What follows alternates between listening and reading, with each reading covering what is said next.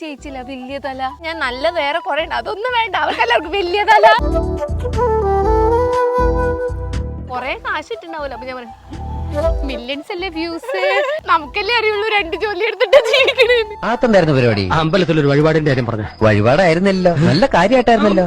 First girlfriend moth അടി മഞ്ചു വന്നേക്ക. അയ്യോ ഉണങ്ങിയ കാമദേവൻ ഇരിക്കണ ഇരിപ്പ് കണ്ടാ. അവിടെ അമ്മ പീസ് കൊടുക്കൂല. പഠിക്കല്ലോ, പഠിക്ക്, ഫുഡ് കഴിക്കല്ലോ. ഭഗവാൻ ഇരിക്കുന്നു. ആരതവിടെ? നല്ല രസം അത് കേൾക്കാൻ. ഏറ്റവും ഇഷ്ടം ലാലേട്ടനെ. കണ്ട കടിക്കുന്നവരെയൊക്കെ എനിക്ക് തോന്നും. പ്രേമാണ്, സ്നേഹമാണ്, ഇഷ്ടമാണ്, ആരാധനയാണ്. എന്തെങ്കിലും ഒരു ചെറിയ റോൾ വന്നാൽ മതി. ഇനി ആൾക്കാർ വെട്ടിക്കൊല്ലുന്നതോ സൈക്കോ കില്ലർ പൊസിഷൻസ്.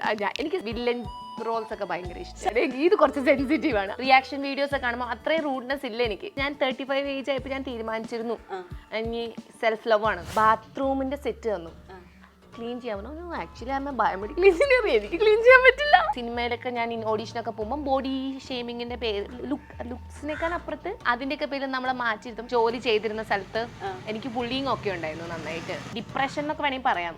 നമുക്ക് ദേഷ്യം ആരോടും. ഞാൻ മുടിയുണ്ടായിരുന്നു, ഞാൻ മുറിച്ചങ്ങോട്ട് കാട്ടിക്കണം. ഞാനൊരു പുതിയ ഡ്രസ്സൊന്നും വാങ്ങാത്തൊന്നുമില്ല. അവിടെ സെക്കൻഡ് ഹാൻഡ് ഡ്രസ്സൊക്കെ കിട്ടുന്ന സ്ഥലമുണ്ട്, അവിടെയൊക്കെ പോയി ഡ്രസ്സ് വാങ്ങും. അത് നമ്മളെ ഇഷ്ടമുള്ളവർ നമ്മുടെ അടുത്ത് പോകത്തൊന്നുമില്ല, നമുക്ക് കാണൊക്കെ ഉണ്ടാവും. ഫസ്റ്റ് ഒരു ട്രോൾ വന്നപ്പം ഞാൻ ഭയങ്കര കരച്ചിലായിരുന്നു. ഞാൻ എൻ്റെ ജീവിതമൊക്കെ തീർന്ന പോലെ ആയിരുന്നു കരഞ്ഞത്. അമ്മ പറയും ഭൂദേവി തൂലെടുത്ത് വന്നിട്ടുണ്ടെന്ന് പറയും. ഞങ്ങൾക്ക് റിസർച്ചിന്റെ ഭാഗമായിട്ട് തായ്ലാൻഡിലൊന്ന് പോകാനുണ്ട്. ആള് ഭയങ്കര ലാലേട്ടൻ ഫാനാണ്, പക്ഷെ എന്നെ പോലെ പ്രാന്തൊന്നുമില്ല. ട്രോളൊന്നുമില്ലല്ലേ. Yes, Oxygen year end sale. Home അപ്ലയൻസസിനും ഡിജിറ്റൽ ഗാഡ്ജറ്റ്സിനും ഈ വർഷത്തെ ഏറ്റവും വലിയ ഓഫറുമായി ഓക്സിജൻ ഇയർ ആൻഡ് സെയിൽ ആരംഭിച്ചിരിക്കുന്നു. Say yes to EMIs, exchanges and more only at Oxygen, the digital expert. Oxygen, the digital expert. Hello, നമസ്കാരം. മൂവി വേൾഡ് മീഡിയയിലേക്ക് എല്ലാവർക്കും സ്വാഗതം. ഞാൻ ചൈതന്യ. ഇന്ന് നമ്മുടെ കൂടെ ജോയിൻ ചെയ്ത ആളെന്ന് പറഞ്ഞാൽ അങ്ങ് കാനഡയിൽ നിന്ന് മലയാളികളുടെ സ്വന്തം അമ്മച്ചി, പക്ഷെ ഒരു കുഞ്ഞുകുട്ടി.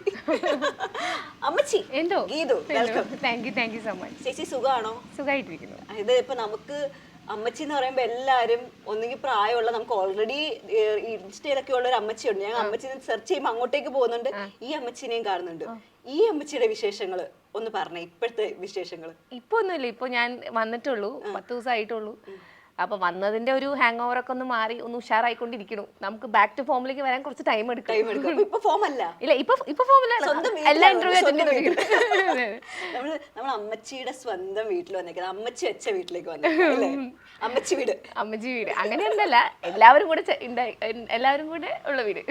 ഇപ്പൊ മാനിഫെസ്റ്റ് ചെയ്ത കാര്യങ്ങളൊക്കെ ഇങ്ങനെ നടന്നുകൊണ്ടിരിക്കുന്ന സമയമാണല്ലേ. നേരത്തെ ഞാൻ വന്ന സമയത്ത് ഇങ്ങനെ പറയുന്ന കേട്ട്, ഞാൻ ഇങ്ങനെ നേരത്തെ അവിടെ ഇരുന്ന് മഞ്ജു ചേച്ചീനെയൊക്കെ പോലെ ഇന്റർവ്യൂസ് മാനിഫെസ്റ്റ് ചെയ്യായിരുന്നു. എങ്ങനെയുണ്ടത്? അത് ഞാനിങ്ങനെ എനിക്കൊന്നും ഇവിടെ നടക്കുന്നില്ലല്ലോ, എന്റെ കാര്യങ്ങളൊന്നും നടക്കുന്നില്ലല്ലോ. ഇപ്പൊ ഒരു സിനിമയ്ക്ക് അഭിനയിക്കാനുള്ള ഒന്നും ചാൻസ് ഒന്നും ഇല്ല. അപ്പൊ ഞാനെന്ത് ചെയ്യാ, ഇതൊക്കെ നടന്നതായിട്ട് ആഗ്രഹിച്ചിട്ട് ഞാനിങ്ങനെ ഇരുന്ന് ഇന്റർവ്യൂ ഒക്കെ അച്ഛനും മഞ്ജു ചേച്ചിയുടെ മറ്റേ പടത്തില് ജോ ആൻഡ് ബോയില് ആളിങ്ങനെ പറയില്ലേ, പറഞ്ഞിട്ട് എന്താ അമ്മ അതൊക്കെ പറയുന്നത്. ഞാനും അതുപോലെ ഇങ്ങനെ ഓരോ ഉത്തരങ്ങൾ ഇങ്ങനെ ഞാൻ തന്നെ കൊടുത്ത് അത് ചെയ്യാറുണ്ട്. അപ്പൊ ഞാൻ അങ്ങനെ സത്യം പറഞ്ഞാൽ ഇപ്പൊ എനിക്ക് അത് റിയൽ ആയിട്ട് നടക്കണ പോലെ എനിക്ക് ഫീൽ ചെയ്യണത്. ഇത് മൂന്നാമത്തെ. അപ്പൊ വേറെ ഇപ്പൊ വീട്ടിൽ വന്നപ്പോ എനിക്ക് ഫസ്റ്റ് ഞാൻ ശ്രദ്ധിച്ച കാര്യം, അമ്മ, മോള്, ഗീതു ചേച്ചി, ഇത് മൂന്നും ഒരച്ഛല് വാർത്ത പോലെ ഇരിക്കുന്നുണ്ട്. ആൾക്കാരെങ്ങനെ പറയാറുണ്ട്? എനിക്ക് അമ്മയുടെ അതേ ചായ തന്നെയാണ്. മോൾക്ക് പിന്നെയും ഉണ്ട്, പക്ഷെ എന്നാലും ചേട്ടന്റെ ഒരു ചായവ. ഇനി ഒരു ചെറുതും കൂടി ഉണ്ട്, അത് എന്നെ മുറിച്ചു വെച്ചേക്കുവാ. ഞാൻ ചെറുതിനെ കണ്ടിട്ടുണ്ട്, ചെറുതിന്റെ അത് ഭയങ്കര വൈറലാണ്. ആളെങ്ങനെ ഭയങ്കര ആക്റ്റീവാ. നമ്മുടെ കൂടെ ടിക്ടോക്ക് ചെയ്യാനൊക്കെ വരും. ഓണാക്കി തന്നിട്ട് ഓടും. ഇപ്പം ആദ്യമൊക്കെ ഓണാക്കി തന്നിട്ട് ഇടയിൽ കയറി ആ മുട്ടത്തല ഇങ്ങനെ വെച്ചോണ്ടിരിക്കും. ഇപ്പം അമ്മ ഞാൻ ഓണാക്കി തരാൻ ഓണാക്കി തന്നിട്ട് അവൻ ഓടും. എന്നിട്ട് 3 സെക്കൻഡ് കഴിയുമ്പോൾ മാറിപ്പോയി നിൽക്കും. എന്നിട്ട് ഞാൻ ചെയ്യും. പിള്ളേരൊക്കെ ഇതിനകത്ത് കാരണം ഇത് കഴിഞ്ഞ തലമുറ നമുക്ക് മുന്നോട്ട് കൊണ്ടുപോകണ്ടേ. എന്റെ പ്രൊഫൈലൊക്കെ മുന്നോട്ട് കൊണ്ടുപോകണ്ടേ, വരുമാനം വരുന്നുണ്ട് നമുക്ക്. അപ്പൊ ഇത് ചെയ്യും. അത് ചെയ്യല്ലേ. അപ്പൊ ഈ 2 പിള്ളേരെ നമ്മള് ടിക്ടോക്കിലേക്ക് കൊണ്ടുവരും? ഇല്ല, അവർ കൊണ്ടുവരുന്നുണ്ട് ഇടയ്ക്ക്. ഫസ്റ്റ് ഒരു കുറച്ച് ബേസിക് എഡ്യൂക്കേഷൻ ഒക്കെ വേണം, അത് കഴിഞ്ഞിട്ട് പിന്നെ അതിന്റെ ഇടയിൽ ഇടയ്ക്ക് ഞാൻ ഇവരെ കൊണ്ടുവരും. ഇപ്പൊ നമ്മള് ഇൻഫ്ലുവൻസേഴ്സിനെ വെച്ചിട്ട് കാണുമ്പോഴേ ഈ കുട്ടികളുള്ള ആൾക്കാരാണെങ്കിൽ അവർ അവരുടെ ഒരു കോണ്ടന്റിന്റെ സൈഡ് ഉണ്ടാവുമല്ലോ. അവരെ വെച്ചിട്ട് കോണ്ടന്റ് ചെയ്യുന്ന അങ്ങനെ പരിപാടികളൊന്നും ചെയ്യണമെന്ന് അതിന് ഇവർക്കൊന്നൊരു ലാംഗ്വേജ് ബാരിയർ ഇല്ലടാ. ഇവർക്ക് മലയാളം മനസ്സിലായി, വേർഡ്സ് ഒക്കെ മനസ്സിലായി തുടങ്ങി അറിയത്തില്ല പിള്ളേർക്ക്. അവർക്ക് മലയാളം അറിയാം, പക്ഷെ മിക്സ്ഡ് ആണ്. കുറച്ചൊക്കെ സംസാരിക്കാൻ അറിയാം, കുറച്ചൊക്കെ. പക്ഷെ കല്ലൂന് അറിയാം നന്നായിട്ട്. അപ്പൊ ഞാൻ ഒന്നും കൂടെ ഒരു അറിവ് വെച്ച് കഴിഞ്ഞാൽ നമുക്കൊന്ന് സെറ്റ് ആക്കി കൊണ്ടുവരാം. എന്നാലും വല്ല ഡാൻസ് കളിക്കുമ്പോൾ കൂടെ സൈഡിൽ കൂടെ പോക്കും ചെറുതായിട്ടുണ്ട്. അപ്പൊ കൊണ്ടുവരണം, കാരണം ഇതൊക്കെ നല്ല കാര്യങ്ങളാണ്. അവർക്ക് ഇനി ഏത് ലെവലിലൂടെയൊക്കെ പോകാൻ പറ്റാന്നൊന്നും പറയാൻ പറ്റും. Of course I will bring them. പക്ഷെ ഇപ്പൊ വേണ്ട, ഇപ്പൊ ഒന്ന് വളരട്ടെ, ചിരി കൂടെ വളരട്ടെ. പിന്നെ എനിക്കൊക്കെ വല്ല ചീത്ത കേൾക്കുമ്പോ എന്റെ മക്കളെ പിടിച്ചിടും. അതുകൊണ്ട് ആദ്യം ഞാൻ അങ്ങനെ എനിക്ക് കിട്ടിക്കോട്ടെ എല്ലാവരും. ഈ ഗീതു അമ്മച്ചിയും തമ്മിൽ എന്തോരം വ്യത്യാസം ഉണ്ടാവും? സിമിലാരിറ്റീസ് വ്യത്യാസം എന്തായിരിക്കും? ഞാൻ ഭയങ്കര ജോലി ടൈപ്പ്, ഞാൻ ഭയങ്കര ജെന്യൂൻ ആയിട്ടുള്ള ഒരാളാണ്. എനിക്ക് ഫണ്ണ് ഇഷ്ടപ്പെടുന്ന ഒരാളാണ്. പിന്നെ ഞാൻ കുറച്ചും കൂടെ സെൻസിറ്റീവാണ്, ഇത്ര റൂഡല്ല. അമ്മച്ചി കുറച്ചും കൂടെ ബോൾഡാണ്, ഇത് കുറച്ച് സെൻസിറ്റീവ് ആണ്. അമ്മച്ചി ഇപ്പം ഞാൻ അതിലെ റിയാക്ഷൻ വീഡിയോസ് ഒക്കെ കാണുമ്പോൾ അത്രയും റൂഡ്നെസ് ഇല്ല എനിക്ക്. അതായത് ഞാനൊരു പാവ. അമ്മ പറയും മൂദേവി ചൂലെടുത്ത് വന്നിട്ടുണ്ടെന്ന് പറയും. ഓക്കെ, അപ്പൊ അതാണ് വ്യത്യാസം. അമ്മച്ചീനെ പക്ഷെ ആൾക്കാർക്ക് ഭയങ്കര ഇഷ്ടമാണ്, കാരണം മറുപടി കൊടുക്കുന്നത് കുറിക്ക് കൊള്ളുന്നത് പോലത്തെ സംഭവമാണ്. ഇതെങ്ങനെയാ ശരിക്കും ഇങ്ങനെ നമ്മൾ കമന്റ് വഴി കൊടുക്കണ്ട, വീഡിയോ വഴി കൊടുക്കാന്ന് തീരുമാനിച്ച എങ്ങനെയാ? അതെന്ന് വെച്ച് കഴിഞ്ഞാൽ 1, 2, 3 എന്നെ ഒരു വിധമൊക്കെ പറഞ്ഞാൽ എനിക്ക് കുഴപ്പമില്ല, ഞാൻ അഡ്ജസ്റ്റ് ചെയ്യും. ഞാനിപ്പോ ഒത്തിരി ഹാർഡ് വർക്ക് ചെയ്തൊരു വീഡിയോ എടുത്തു എന്ന് വിചാരിക്കേ, അത് ചിലപ്പോൾ നല്ല രീതിയിലാണ്, എന്നിട്ടും ഇതൊന്നും നിനക്ക് താങ്ങൂലടി മോളെ, നീ ഇത് മാറിക്കിടി. ഇപ്പൊ ആണുങ്ങളുടെ വീഡിയോസ് ഒക്കെ ചെയ്യുമ്പോൾ മെയിൽ വോയിസ് ചെയ്യുമ്പം അത് ചിലർക്ക് പിടിക്കത്തില്ല. നീ ആണുങ്ങളുടെ വീഡിയോസ് എടുക്കാറായിട്ടില്ല, നിനക്ക് എന്താണാവാൻ താല്പര്യമുണ്ടോ എന്നൊക്കെ പറഞ്ഞ് കമന്റ് ഇടും. അപ്പൊ ഞാൻ ഇത്രയും കൊണ്ടത് എന്തുകൊണ്ടാണ്, ഞാൻ അത്രയും ഹാർഡ് വർക്ക് ചെയ്തിട്ടാണ് ആ വോയിസ് ഒക്കെ ലിപ് സിങ്ക് ചെയ്തേക്കണത്. അങ്ങനെ പറയുമ്പം അപ്പൊ എന്റെ ഞാൻ ചിലപ്പോ ഇരിക്കുന്ന എന്റെ സിറ്റുവേഷൻ, അതായത് അപ്പൊ ഒന്നും പറയല്ല. അപ്പൊ എന്ത് ചെയ്യും, അവന് വിഷമാവരുത്, അവനെ ഒത്തിരി ബുള്ളി ചെയ്യരുത്, പക്ഷെ അവന് പറയാനുള്ളത് അവനോട് പറയണം. ഇനി അവൻ ഇതും പറഞ്ഞോണ്ട് വരുന്നു, അപ്പൊ ഞാൻ കൊടുക്കും. അങ്ങനെ വരണം. ഞാൻ ഇതിനകത്ത് കണ്ടതാണ് അതുപോലെ തന്നെയാ. കാരണം എനിക്ക് ആളോട് പറയണം, ഞാനിപ്പോ വരും, നീ കമന്റ് ഡിലീറ്റ് ആക്കരുത്, ഞാനിപ്പോ വരാം, ഇതൊന്നും ജോലി ഉണ്ട്. കാരണം എനിക്ക് ഞാൻ 2 ജോബ്സ് ചെയ്യുന്നുണ്ട്. അപ്പൊ ജോലി കഴിഞ്ഞ് വന്നിട്ട് നിനക്ക് വിശദമായിട്ട് തരാം, സമയം വേണം, നമുക്ക് ഇത് പഠിക്കണ്ടേ. അപ്പൊ വന്നിട്ട് സമയം എടുത്ത്, പിന്നെ കാരണം എനിക്ക് അവരെ ഹേർട്ട് ചെയ്യണ്ട. ഇതാവുമ്പം അത് അവർ ആ നൈസിൽ അങ്ങോട്ട് വിട്ടോളൂ, കൊള്ളും ചെയ്യും. പക്ഷെ നമ്മൾ നാവ് കൊണ്ട് പറയുന്ന അത്ര വരില്ല. നമ്മള് വേർഡ്സ് ആർ മോർ പവർഫുൾ എന്ന് പറയത്തില്ല. ഇതാവുമ്പോ കുറച്ചൊരു അവർ ഓൾറെഡി കേട്ട് തഴമിച്ചതാണ്, ഫണ്ട് രീതിയിൽ എടുത്തോളും, അവർക്കും ഒരു റീച്ചാണ്. എന്നിട്ട് ചിലവർ ഇത് കണ്ടിട്ട് അതിന്റെ അടിയിൽ വന്നിടും, അപ്പൊ നിന്നെ സത്യത്തിൽ റീച്ച് ആക്കൂലടാ, ജന്മത്തിൽ നിന്നെ റീച്ച് ആക്കൂല എന്നിങ്ങനെ വെറുതെ പറയും. ഓക്കെ, എനിക്ക് ശരിക്കും മിസ്സാവുന്നത് ചേട്ടനെ. ചേട്ടൻ വേണം, ഇരുന്ന് നമുക്ക് ടൂക്കായിരുന്നു. ചേട്ടൻ ഇവിടെ ഉണ്ടെങ്കിൽ ചേച്ചിനെ പറ്റി പറയാൻ സാധ്യതയുള്ളൊരു 3 കാര്യം. ആ വായ എന്തെങ്കിലും തുറന്നാലല്ലേ പറയാൻ പറ്റത്തുള്ളൂ. മിണ്ടില്ല, ഇത് ചെയ്തോട്ടെ, ആയിക്കോട്ടെ. അങ്ങനെ ആളങ്ങനെ വലിയായിട്ട് വർത്താനം പറയുന്ന ഒരാളൊന്നല്ല. ഇനി ഇച്ചിരി ആളുടെ കൂളായിട്ട് ഇങ്ങനെ ഇരിക്കും, എന്താ വേണ്ടത് ചെയ്തോളൂ, ഒരു കൂൾ കൈയാണ് ആള്. പിന്നെന്താണ്, എന്താ പറയാന്ന് വെച്ച് കഴിഞ്ഞാൽ അവൾക്ക് അവളുടെ ഇഷ്ടത്തിന് ചെയ്തോട്ടെ, ഞാൻ അവളുടെ കാര്യങ്ങളൊന്നും ഇടപെടണം, അതൊക്കെ അവളുടെ പേഴ്സണൽ ചോയ്സസ് ആണ്, അതൊക്കെ അവളുടെ ഇഷ്ടത്തിന് അങ്ങനെ പറയത്തുള്ളൂ, വേറെ ഒന്നും പറയത്തില്ല. ഈ നെഗറ്റീവ് കമന്റ്സ് ഒക്കെ വരുമ്പോ എങ്ങനെയാ പുള്ളിക്കാരൻ? പുള്ളിയാണ് ഫസ്റ്റ് ഒരു ട്രോൾ വന്നപ്പം ഞാൻ ഭയങ്കര കരച്ചിലായിരുന്നു. ഞാൻ എന്റെ ജീവിതമൊക്കെ തീർന്ന പോലെയായിരുന്നു കരഞ്ഞത്. ഫസ്റ്റ് ഒരു ട്രോൾ വന്നു ടിക്ടോക്കില്, എന്നിട്ട് ഞാൻ അക്കൗണ്ട് ഒക്കെ ഡീആക്ടിവേറ്റ് ചെയ്യുന്നു, ചെയ്തു. എനിക്കൊന്നും വേണ്ട, കാരണം എന്നെ വളരെ മോശമായിട്ടാണ് പറഞ്ഞത്. എനിക്ക് അവൻ അത് പറഞ്ഞപ്പം എന്റെ ജീവിതം തകർന്നു എന്നുള്ള രീതിയിൽ എല്ലാം ഡീആക്ടിവേറ്റ് ചെയ്ത് പോവാണ് ഞാൻ. അപ്പൊ പക്ഷെ എന്നിട്ട് കരച്ചിൽ പറഞ്ഞില്ല, സങ്കടം സഹിക്കാൻ പറ്റില്ല, കാരണം മില്യണുള്ള അക്കൗണ്ടാ ടിക്ടോക്കിലെ, അതിലാണ് പറഞ്ഞേക്കണത്. അപ്പം മനസ്സ് പോയി വിട്ടിട്ട് വരാനും തോന്നണില്ല. അപ്പൊ ചേട്ടൻ ഞാൻ രാത്രി ഇന്ന് കരയണ കണ്ടപ്പം എന്നോട് ചോദിച്ചു, നീ എന്തിനാണ് കിടന്ന് മോങ്ങണെന്ന് ചോദിച്ചു. അപ്പൊ ഞാൻ ഇങ്ങനെയൊക്കെ പറഞ്ഞു, അതിന് ഇതെല്ലാം ഇതിലപ്പുറം വരും, നീ ഇതിൽ നിൽക്കാൻ താല്പര്യം ഉണ്ടെങ്കിൽ കണ്ടിന്യൂ ചെയ്ത് പോവാ, ഇല്ലെങ്കിൽ വല്ല വയ്യായും വരുത്തി വെച്ച് കഴിഞ്ഞാൽ ആലോചിക്കാം, നമുക്ക് നമ്മളെ ഉള്ളു, ഈ റീൽ കാണുന്ന ആൾക്കാരൊന്നും ഉണ്ടാവില്ല, വല്ല വയ്യായും വന്നു കഴിഞ്ഞ് കഴിഞ്ഞാൽ ഈ പിള്ളേർക്ക് നീ ഉണ്ടാവും, അങ്ങനെയൊക്കെ പറഞ്ഞു കഴിഞ്ഞപ്പോൾ ഞാൻ പിന്നെ കുറച്ചും കൂടെ പിന്നെ ഫേസ് ചെയ്യാൻ തുടങ്ങി. ഓരോന്നിനും വരുന്നിടത്ത് വെച്ച് കാണാം, പറയും, നെഗറ്റീവ് കമന്റ്സ് ഉണ്ടാവാറുണ്ട്, ചെറുതൊക്കെ വരും. ചിലത് ഒരു ചേട്ടൻ ഒരു ദിവസം വളരെ പൊട്ട കമന്റ് ഇട്ടിട്ട് അതിനടിയിൽ ഞാൻ വന്ന് പോകുന്നു ആ കുഞ്ഞിന്റെ ഫോട്ടോ ഉള്ള കാരണം കൊണ്ട് ആ തിരിച്ച് റിയാക്ഷൻ തരാന്നാണ് പറയാം. മോളെ ഇന്നലെ 2 വീശപ്പിട്ടതാ സോറിന്ന്. ഇതിനോടൊക്കെ ഞാൻ എന്ത് മറുപടി പറയാ? ചിലർക്ക് കഷ്ടം തോന്നും. ഏതോ അവസ്ഥയിലിരുന്ന് ഇത് വല്ല ചിലപ്പോ അവർക്ക് വല്ല ദേഷ്യ സമയത്ത് അവളുടെ അപ്പളുണ്ട് റീല് ചീത്ത പറഞ്ഞായിരിക്കും. അങ്ങനെ എല്ലാം നമുക്ക് അങ്ങനെ അക്സെപ്റ്റ് ചെയ്യാൻ പറ്റില്ല. അപ്പോൾ ചേട്ടന് ഭയങ്കര സപ്പോർട്ട് എന്ന് പറഞ്ഞു കഴിഞ്ഞാൽ he never involve in anything. Like ആളെന്ന് വെച്ച് കഴിഞ്ഞാൽ അവളുടെ ഇഷ്ടം. പക്ഷെ കൂടുതൽ ഇപ്പൊ ഞാൻ വീഡിയോ എടുത്തു തന്നാൽ നീ വീഡിയോ ചെയ്യണമെന്ന് പറഞ്ഞാൽ അവിടെ ഇരുന്നോ, ചെയ്യണ്ട, സ്വന്തമായിട്ട് എന്താന്ന് വെച്ചാൽ ചെയ്തോ. ഇപ്പൊ എനിക്ക് സമയം ഉണ്ടെങ്കിൽ എടുത്തുതരാം. കാരണം ഞാൻ ഇങ്ങനെ ചൊറിഞ്ഞോണ്ടിരിക്കും, ഇത് ഇങ്ങനെയല്ല വീഡിയോ എടുക്കുക, മര്യാദക്ക് എടുക്കണില്ല, ഈ സൈഡിൽ കൂടെ എടുക്കണം എന്നൊക്കെ പറഞ്ഞു ഞാൻ എന്റെ മനസ്സിലുള്ളത് ആൾക്ക് എടുക്കണില്ല. അപ്പൊ ഞാൻ പറഞ്ഞു എന്റെ പഞ്ചാരപ്പെട്ടി തന്നെ നടന്നു, ഞാൻ അവിടെ കൊണ്ടുപോയി ചാരി വെച്ച് എടുത്തോളാം. പഞ്ചാരപ്പെട്ടി അത് നല്ല പഞ്ചാരപ്പെട്ടി ഉണ്ട്, അതൊരു നല്ലൊരു പഞ്ചാരപ്പെട്ടി. അത് ഞാൻ ഈ ബാത്റൂമിന്റെ സൈഡിൽ ചാരി വെച്ചിട്ടാണ് ഈ വീഡിയോ ഒക്കെ എടുക്കണത്. പഞ്ചാരപ്പെട്ടി ഇങ്ങനത്തെ സ്റ്റാൻഡുകളൊന്നും ഇല്ല എനിക്ക്.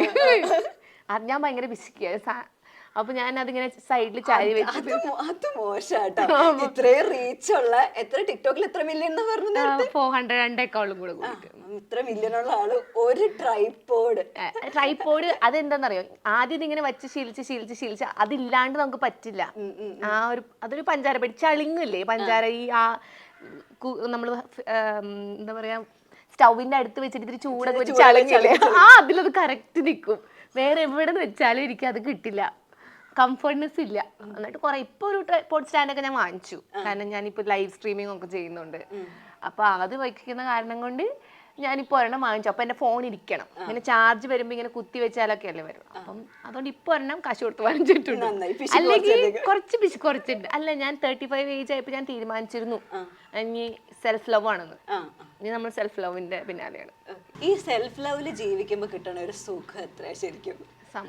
കാരണം എല്ലാവർക്കും പറ്റാത്ത കാര്യമാണ്. ഇപ്പൊ നമ്മള് കുടുംബം, പ്രാരാബ്ദം, അത് ഇത് മറ്റേത് മറിച്ചത്, കല്യാണം കൂടി കഴിച്ചിട്ടുണ്ടെങ്കിൽ അതിന്റെ വേറൊരു ലൈഫ് ഇതെല്ലാം ഉണ്ട്. അപ്പൊ കല്യാണം കഴിച്ച് 2 പിള്ളേരുള്ള, അതും ഭയങ്കര വലിയ പിള്ളേരല്ല, ചെറിയ പിള്ളേരുള്ള ഒരാള് സെൽഫ് ലവിലാണ്, അല്ലെങ്കിൽ സ്വന്തം കാര്യം നോക്കുകയാണെന്ന് പറയുന്നത് ഒരുപാട് പേരുടെ ഡ്രീമാണ് ശരിക്കും.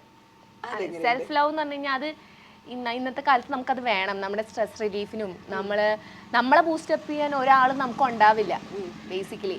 ഇപ്പൊ എനിക്ക് എൻ്റെ അമ്മയും ഫാമിലിയൊക്കെ ഇവിടെയാണ്, എനിക്ക് അവിടെ കുറെ ലിമിറ്റഡ് ഫ്രണ്ട്സേ ഉള്ളൂ. ഞാൻ ആ വീടിൻ്റെ ഉള്ളിൽ കഴിയുന്ന ഒരാളാണ്. എന്നെ ബൂസ്റ്റ് ചെയ്ത് കൊണ്ടുവരണം എന്നുണ്ടെങ്കിൽ, അല്ലെങ്കിൽ നമ്മളിങ്ങനെ പണിയെടുത്ത് വീട്ടിലെ പണിയും എടുത്ത് കുഞ്ഞുങ്ങളെ വളർത്തി ഇങ്ങനെ ജീവിച്ചു പോകും.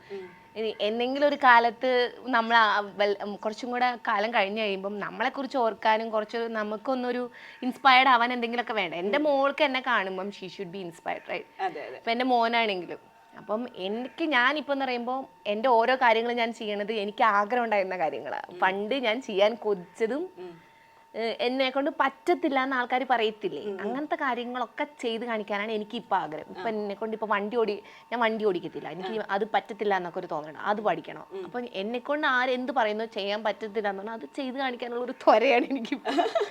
ഇപ്പൊ പണ്ടൊക്കെ സിനിമയിലൊക്കെ ഞാൻ ഓഡീഷനൊക്കെ പോകുമ്പോൾ ബോഡി ഷേമിങ്ങിന്റെ പേര്, നമ്മൾ ലുക്സിനേക്കാൾ അപ്പുറത്ത് സൈസ് ഇല്ല എന്നൊക്കെ പറഞ്ഞ് നമ്മള് മെലിഞ്ഞിരിക്കുകയാണ്, സൈസ് ഇല്ല, ഇപ്പോഴും മെലിഞ്ഞിരിക്കണം, വലിയ തടിയൊന്നും വെച്ചിട്ടില്ല. അപ്പൊ അതിന്റെയൊക്കെ പേരിൽ നമ്മളെ മാറ്റിയിരുത്തും. പക്ഷെ ഇന്നത്തെ പ്ലാറ്റ്ഫോം അങ്ങനെയല്ല. ഇപ്പൊ നമുക്ക് കുറെ പ്ലാറ്റ്ഫോംസ് ഉണ്ട് കിട്ടാനായിട്ട്. സോ കിട്ടാത്ത സംഭവങ്ങൾ നേടിയെടുക്കുക, അതൊക്കെ ഒരു സെൽഫ് ലവിന്റെ ഭാഗമല്ലേ. തായ്ലാൻഡ് ട്രിപ്പ് പോവുക, തായ്ലൻഡിൽ എപ്പോഴാണ് ട്രിപ്പ് പോകുന്നത്? ഞാൻ എൻ്റെ അതേ സൈസ് ഉള്ള ഒരാളും കൂടെ വരാനുണ്ട്. ശുഭ, അവള് ഓസ്ട്രേലിയയിൽ നിന്ന് വന്നിട്ട് ഞാൻ പറഞ്ഞിട്ട് പിള്ളേരെ കമ്മ നോക്കിക്കോണോ, ഞാൻ തായ്ലാൻഡിലേക്ക് ഒന്ന് ഇതാണ് ഞങ്ങൾ പറയാൻ. അവള് PhD ചെയ്തോണ്ടിരിക്കുക. അപ്പൊ ഞങ്ങൾ പറഞ്ഞു ഞങ്ങൾക്ക് റിസർച്ചിന്റെ ഭാഗമായിട്ട് തായ്ലാൻഡിലൊന്ന് പോകാനുണ്ട്. അവിടെ അത് കുറെ ചേട്ടന്മാർ കുറച്ച് ജിമ്മൊക്കെ ഇട്ടിട്ട് ഏതോ കസേര പൊക്കുന്ന ഒരു വീഡിയോ ഒക്കെ ഉള്ള കണ്ടായിരുന്നു. അപ്പൊ അവിടേക്ക് ഒന്ന് പോയി ഒന്ന് മാനസികമായിട്ടും ഒക്കെ ഒരു സന്തോഷം കെട്ടത്തരം ഞങ്ങൾ പോകാം. എനിക്കറിയാം അത് അവളെ പഠിക്കുന്നത്. ഞാൻ അവളെ സപ്പോർട്ട് ചെയ്യാൻ വേണ്ടി മാത്രമാണ് പോകുന്നത്. അപ്പൊ എന്നോട് ഞാനിങ്ങനെ എൻ്റെ ഹസ്ബൻഡിനോട് പറയുന്നു തായ്ലാൻഡിന് പോണം, എവിടെ വേണമെങ്കിലും പൊക്കോ. സത്യം പറഞ്ഞ ഞാൻ തായ്ലാൻഡ് ട്രിപ്പ് പോവാണ്, പൊക്കോളൂ. തിരിച്ചിങ്ങോട്ട് വരുന്നുണ്ടോ? വരുന്നുണ്ട്. അപ്പൊ 3-4 മാസം കഴിഞ്ഞിട്ട് ആയിക്കോട്ടെ, കാശൊക്കെ നിങ്ങൾ ജോലിക്ക് പോണില്ലേ? ഇവിടെ നമ്മൾ ലീവിന് വരുമ്പോ നമുക്ക് കാശൊന്നുമില്ല. അപ്പൊ ആളവിടെ പണിയെടുക്കും. അതല്ല ഞാൻ പറഞ്ഞു വിട്ടത്. എനിക്കിവിടെ ജീവിക്കണ്ടേ. അപ്പൊ നിങ്ങൾ പണിയെടുത്ത് കുറച്ചാളായിരിക്കും ഞാൻ കുറച്ചാൾ ഞാൻ ജീവിക്കട്ടെ. ആള് സോളോ ട്രിപ്പ് ഒക്കെ പോണതാണ്. ഞാൻ ഇതേവരെ ഒരു ട്രിപ്പിനും പോയിട്ടൊന്നുമില്ല. ഞാൻ ആകെ പോയത് +2 ഇന്ത്യന് പഠിച്ചത് എവിടെയാണ്, മുംബൈയിലോ വയനാട് എവിടെയെങ്കിലും ഒരു ഏരക്കൽ കേവ്സ് കാണാൻ പോയതാണ്. അല്ലാണ്ട് പിന്നെ പോയത് കാനഡയ്ക്കാണ്. വേറെ ഒരു സ്ഥലത്തോട്ട് ഞാൻ പോയിട്ടില്ല. അപ്പൊ ആദ്യം പോകുന്ന ഇന്റർനാഷണൽ ട്രിപ്പ് കാനഡയ്ക്കാ. ഫ്ലൈറ്റ് ആദ്യം കയറുന്നത് അങ്ങോട്ടേക്ക്? ഫസ്റ്റ് അങ്ങോട്ടാണ് കയറിയത്. എന്റെ നാടെന്നൊക്കെ പറഞ്ഞാൽ ഞങ്ങൾ ചെറിയ കുഗ്രാമാണ്. അവിടെ നാട്ടിലാണ് ഇരിക്കണത് അല്ലേ? അല്ല, ഇതല്ല, പൂലാനി എന്ന് പറഞ്ഞൊരു സ്ഥലമുണ്ട്. ഇതിപ്പോ വേറെ സ്ഥലം, ഇത് വീട് വെച്ച് മാറിയ സ്ഥലമാണ്. ഓക്കെ. പഴയ വീടുണ്ട്, വീഡിയോ ഒക്കെ ഉണ്ട്. അതാണ് പഴയ അവിടെ. അതാണ് ശരിക്കുള്ള നാട്, വളർന്നു വന്ന സ്ഥലം. അത് കഴിഞ്ഞ് കല്യാണം കഴിഞ്ഞ് ഇങ്ങോട്ട് മാറി. ഇവിടെ അധികം ഇല്ല, എന്നാലും കുറച്ച് നാളെ ഞാൻ ഇവിടെ നിന്നിട്ടുള്ളൂ. അതിലുള്ള കല്യാണം കഴിഞ്ഞു പോയി. അപ്പം ഞാൻ അതിനുശേഷം പോയ സ്ഥലം എന്ന് പറയുന്നത് പിന്നെ പഠിക്കാൻ പോയത് ചെന്നൈയില്. അത്രേ ഉള്ളൂ, വേറെ ഒന്നും ഞാൻ പോയിട്ടില്ല. പിന്നെ കടന്നു പോയത് കാനഡയ്ക്കാ. അതോ ഒരു എത്തും പിടിയില്ലാത്ത രാജ്യോ, എന്താ പറയട്ടെ, ഇത് ഫുൾ ബുള്ളിങ് ഒക്കെ ആയിരുന്നു വന്ന സമയത്തൊക്കെ. ഞാൻ ജോലി ചെയ്തിരുന്ന സ്ഥലത്ത് എനിക്ക് ബുള്ളിങ് ഒക്കെ ഉണ്ടായിരുന്നു, നന്നായിട്ട് ബോഡി ഷേമിങ് ഒക്കെ ഉണ്ടായിരുന്നു കാനഡയില്. നമ്മളെ റേസിസ് ഞാൻ കുറേ സ്ഥലത്ത് ജോലി ചെയ്തിട്ടുണ്ട്. അപ്പോൾ അങ്ങനെ കുറേ ഞാൻ എന്നിട്ട് എനിക്ക് നല്ല മുടിയൊക്കെ ഉണ്ടായിരുന്നു. ഞാൻ ഒരു ദിവസം ദേഷ്യം വന്നിട്ട് മുടിയൊക്കെ മുറിച്ച് കളഞ്ഞു. ഞാൻ പറഞ്ഞത് ആർക്കും മനസ്സിലാവണില്ല. എൻ്റെ സിറ്റുവേഷൻ ഇതാണെന്ന് ഞാൻ എൻ്റെ ചേട്ടനോടൊക്കെ പറഞ്ഞിട്ട് ആർക്കും മനസ്സിലാവണില്ല. അവരിങ്ങനെ എനിക്ക് പറ്റണില്ല എന്നൊന്നും പറഞ്ഞിട്ട് അവർക്കത് എൻ്റെ ഉള്ളിലുള്ളവരോട് പറഞ്ഞിട്ട് അവർക്ക് കൺവേ ആവുന്നില്ല. അപ്പം എനിക്ക് ദേഷ്യം വന്നു. ഡിപ്രഷൻ എന്നൊക്കെ വേണമെങ്കിൽ പറയാം. നമുക്ക് ദേഷ്യം ആരോടെങ്കിലും, ഞാൻ മുടി ഉണ്ടായിരുന്നു, ഞാൻ മുറിച്ചങ്ങോട്ട് കാട്ടിക്കളഞ്ഞു. എന്നിട്ട് കാര്യമായിട്ട് മുടി മുറിച്ച് കാട്ടിക്കളഞ്ഞു. അത് ആരോടെങ്കിലും ഫ്രസ്ട്രേഷൻ തീർക്കണ്ടേ. ആ സമയത്ത് എന്താ തീർക്കാന്ന്, ആരും മക്കളില്ല, മോൾ ഇവിടെയാണ്, മോളെ കൊണ്ടുവരാൻ പറ്റുന്നില്ല, അതിന്റെ വിഷമം സങ്കടവും. ജോലിയാണെങ്കിൽ മനുഷ്യൻ നന്നായി പണിയെടുത്തോണ്ടിരിക്കണ്ടേ, രാവിലെ മുതൽ വൈകുന്നേരം വരെ സ്ട്രഗിൾ ചെയ്ത് പണിയെടുത്തോണ്ടിരിക്കുകയാണ്. അപ്പോൾ അതിനിടയിൽ നമുക്ക് ഈ ജോലി സ്ഥലത്ത് നിന്ന് കിട്ടുന്ന ബുള്ളിങ്ങും ഒക്കെ ആകുമ്പോൾ നമുക്ക് ഇപ്പൊ പറയുമ്പോൾ ഈസിയാണ്, അത് അനുഭവിച്ചവർക്ക് പറയാം. അപ്പം ഞാനിത് പറയുന്നുണ്ട്. അപ്പം എന്നോട് പറയുന്നുണ്ടല്ലോ, നീ കുറച്ച് ഡിപ്ലോമാറ്റിക് ആയിട്ട് നിൽക്ക്, അറിയണ്ടേ ഇങ്ങനെ നിൽക്കണ്ടേ. കുറച്ച് നാൾ കഴിയുമ്പോഴല്ലേ നമ്മൾ ഇതൊക്കെ ഒന്ന് ശീലിക്കുക എങ്ങനെ നിൽക്കണം എന്നുള്ളത്. അങ്ങനെ ദേഷ്യം വന്നിട്ട് മുടിയൊക്കെ മുറിച്ചു കളഞ്ഞു. ഞാൻ ഈ സോഷ്യൽ മീഡിയയിലൊന്നും അപ്പം ആക്റ്റീവ് അല്ല. പ്രതിഷേധമല്ല, ദേഷ്യം. ആരോടൊക്കെയുള്ള ദേഷ്യം തീർത്ത് സ്വയം തീർത്തതാണ്. ഈ ചില ആൾക്കാർ പറയുന്നത് കേട്ടിട്ടുണ്ട്, ഇപ്പം ഒരു സ്ത്രീ അവളുടെ മുടി കട്ട് ചെയ്യാന്ന് പറഞ്ഞു കഴിഞ്ഞാൽ അവളുടെ മാറ്റത്തിന്റെ തുടക്കമാണെന്ന്. മാറ്റങ്ങൾ തുടക്കമായിരുന്നു അത്. അല്ല, ഞാനന്ന് ആക്റ്റീവ് ആയിരുന്നില്ല, ഇത്രയും സോഷ്യൽ മീഡിയയിൽ ആക്റ്റീവ് ചെയ്യുന്നതാണ്. ചുമ്മാ വീഡിയോ എടുത്ത് ഇടുന്നുള്ളൂ. അത് കഴിഞ്ഞിട്ട് ഞാൻ നാട്ടിലേക്ക് വന്ന മുടിയൊക്കെ മുട്ടയടിച്ചായിരുന്നു. അടുത്ത ദേഷ്യമാണോ? അല്ല, അതൊരു ചേഞ്ച് ആയിരുന്നു എനിക്ക്. പഴനിയുടെ അമ്മയ്ക്ക് വേണ്ടിയിട്ട് ഞാനൊരു വഴിപാട് പോലെ, അത് മൊത്തത്തിലൊരു ചേഞ്ച് ആയിരുന്നു. കാരണം ഞാനെന്നൊരു സാധാരണ നാട്ടിൻപുറത്തു നിന്നുള്ള ഒരാൾ കാനഡയ്ക്ക് കയറ്റി വിട്ടിട്ട് ഒരു ഫസ്റ്റ് സ്റ്റാർട്ടിങ് സ്റ്റേജിൽ ഉണ്ടാവുന്ന ഒരു സ്ട്രഗിൾസും ഒക്കെയല്ലേ. ഇങ്ങനെ ആൾക്കാരെ മനസ്സിലാക്കണം, ഇവരോട് എങ്ങനെ നിൽക്കണ്ടേന്ന്. നമ്മളൊരു പുറം രാജ്യത്ത് പോകുമ്പം എങ്ങനെ നിൽക്കും, ഞാൻ അണ്ടർസ്റ്റാൻഡ് ചെയ്യേണ്ടത് എങ്ങനെയാണ്, ഇവരോട് എങ്ങനെ ബിഹേവ് ചെയ്യേണ്ടതെന്നോ, നമ്മുടെ റൂൾസ് ഒക്കെ എങ്ങനെയാണ്. നമുക്കും ഇവരൊന്നും താന്ന് നിൽക്കേണ്ട ആവശ്യമില്ല. ഏതൊരു രാജ്യത്ത് പോയാലും എല്ലാവർക്കും ഒരേ റൂളാണെന്നുള്ള മനസ്സിലാക്കാനുള്ള ചിന്തയൊക്കെ വരണത് കുറച്ച് ലേറ്റ് ആയിട്ടാണ്. ഞാനൊക്കെ പേടിച്ചാ നിൽക്കണത്. എന്ത് ചെയ്യും ഇവരൊക്കെ, നമ്മൾ അങ്ങനെ പേടിക്കേണ്ട ആവശ്യമില്ല. എല്ലാവരെയും പോലെ നമ്മളും സെയിം തന്നെയാണ്. അതെനിക്ക് കുറച്ച് റിയലൈസേഷൻ വന്നത് കുറെ കിട്ടി കഴിയുമ്പോഴല്ലേ നമ്മൾ മനസ്സിലാക്കുക. നമ്മൾ കുറെ സ്ട്രഗിൾസ് കിട്ടി കഴിയുമ്പോഴല്ലേ നമ്മൾ മനസ്സിലാക്കുക. ഞാൻ അങ്ങനെയാണ് മനസ്സിലാക്കിയത്. ഇപ്പോൾ എനിക്കറിയാം, I know how to handle things. ഇപ്പോൾ ഒരു സ്ഥലത്തു നിന്ന് ഒരു അറ്റാക്ക് എനിക്ക് വരുമ്പം തിരിച്ചതിന് മറുപടി കൊടുക്കാൻ എനിക്ക് നന്നായിട്ട് അറിയാം. ഞാനത് പഠിച്ചു. അതിനെനിക്ക് 8 വർഷം എടുക്കണം അനുഭവം. പിന്നെ അതന്നെ, ഇപ്പം ഞാൻ സോഷ്യൽ മീഡിയ ആദ്യം ഞാൻ പറഞ്ഞില്ലേ, ഫസ്റ്റ് ഒരു നെഗറ്റീവ് കമന്റ് വന്നപ്പോൾ ഞാൻ കാരണം കാരണം ഇപ്പം എനിക്കത് ഹാൻഡിൽ ചെയ്യാൻ അറിയാം. അങ്ങനെ പഠിക്കല്ലേ നമ്മൾ.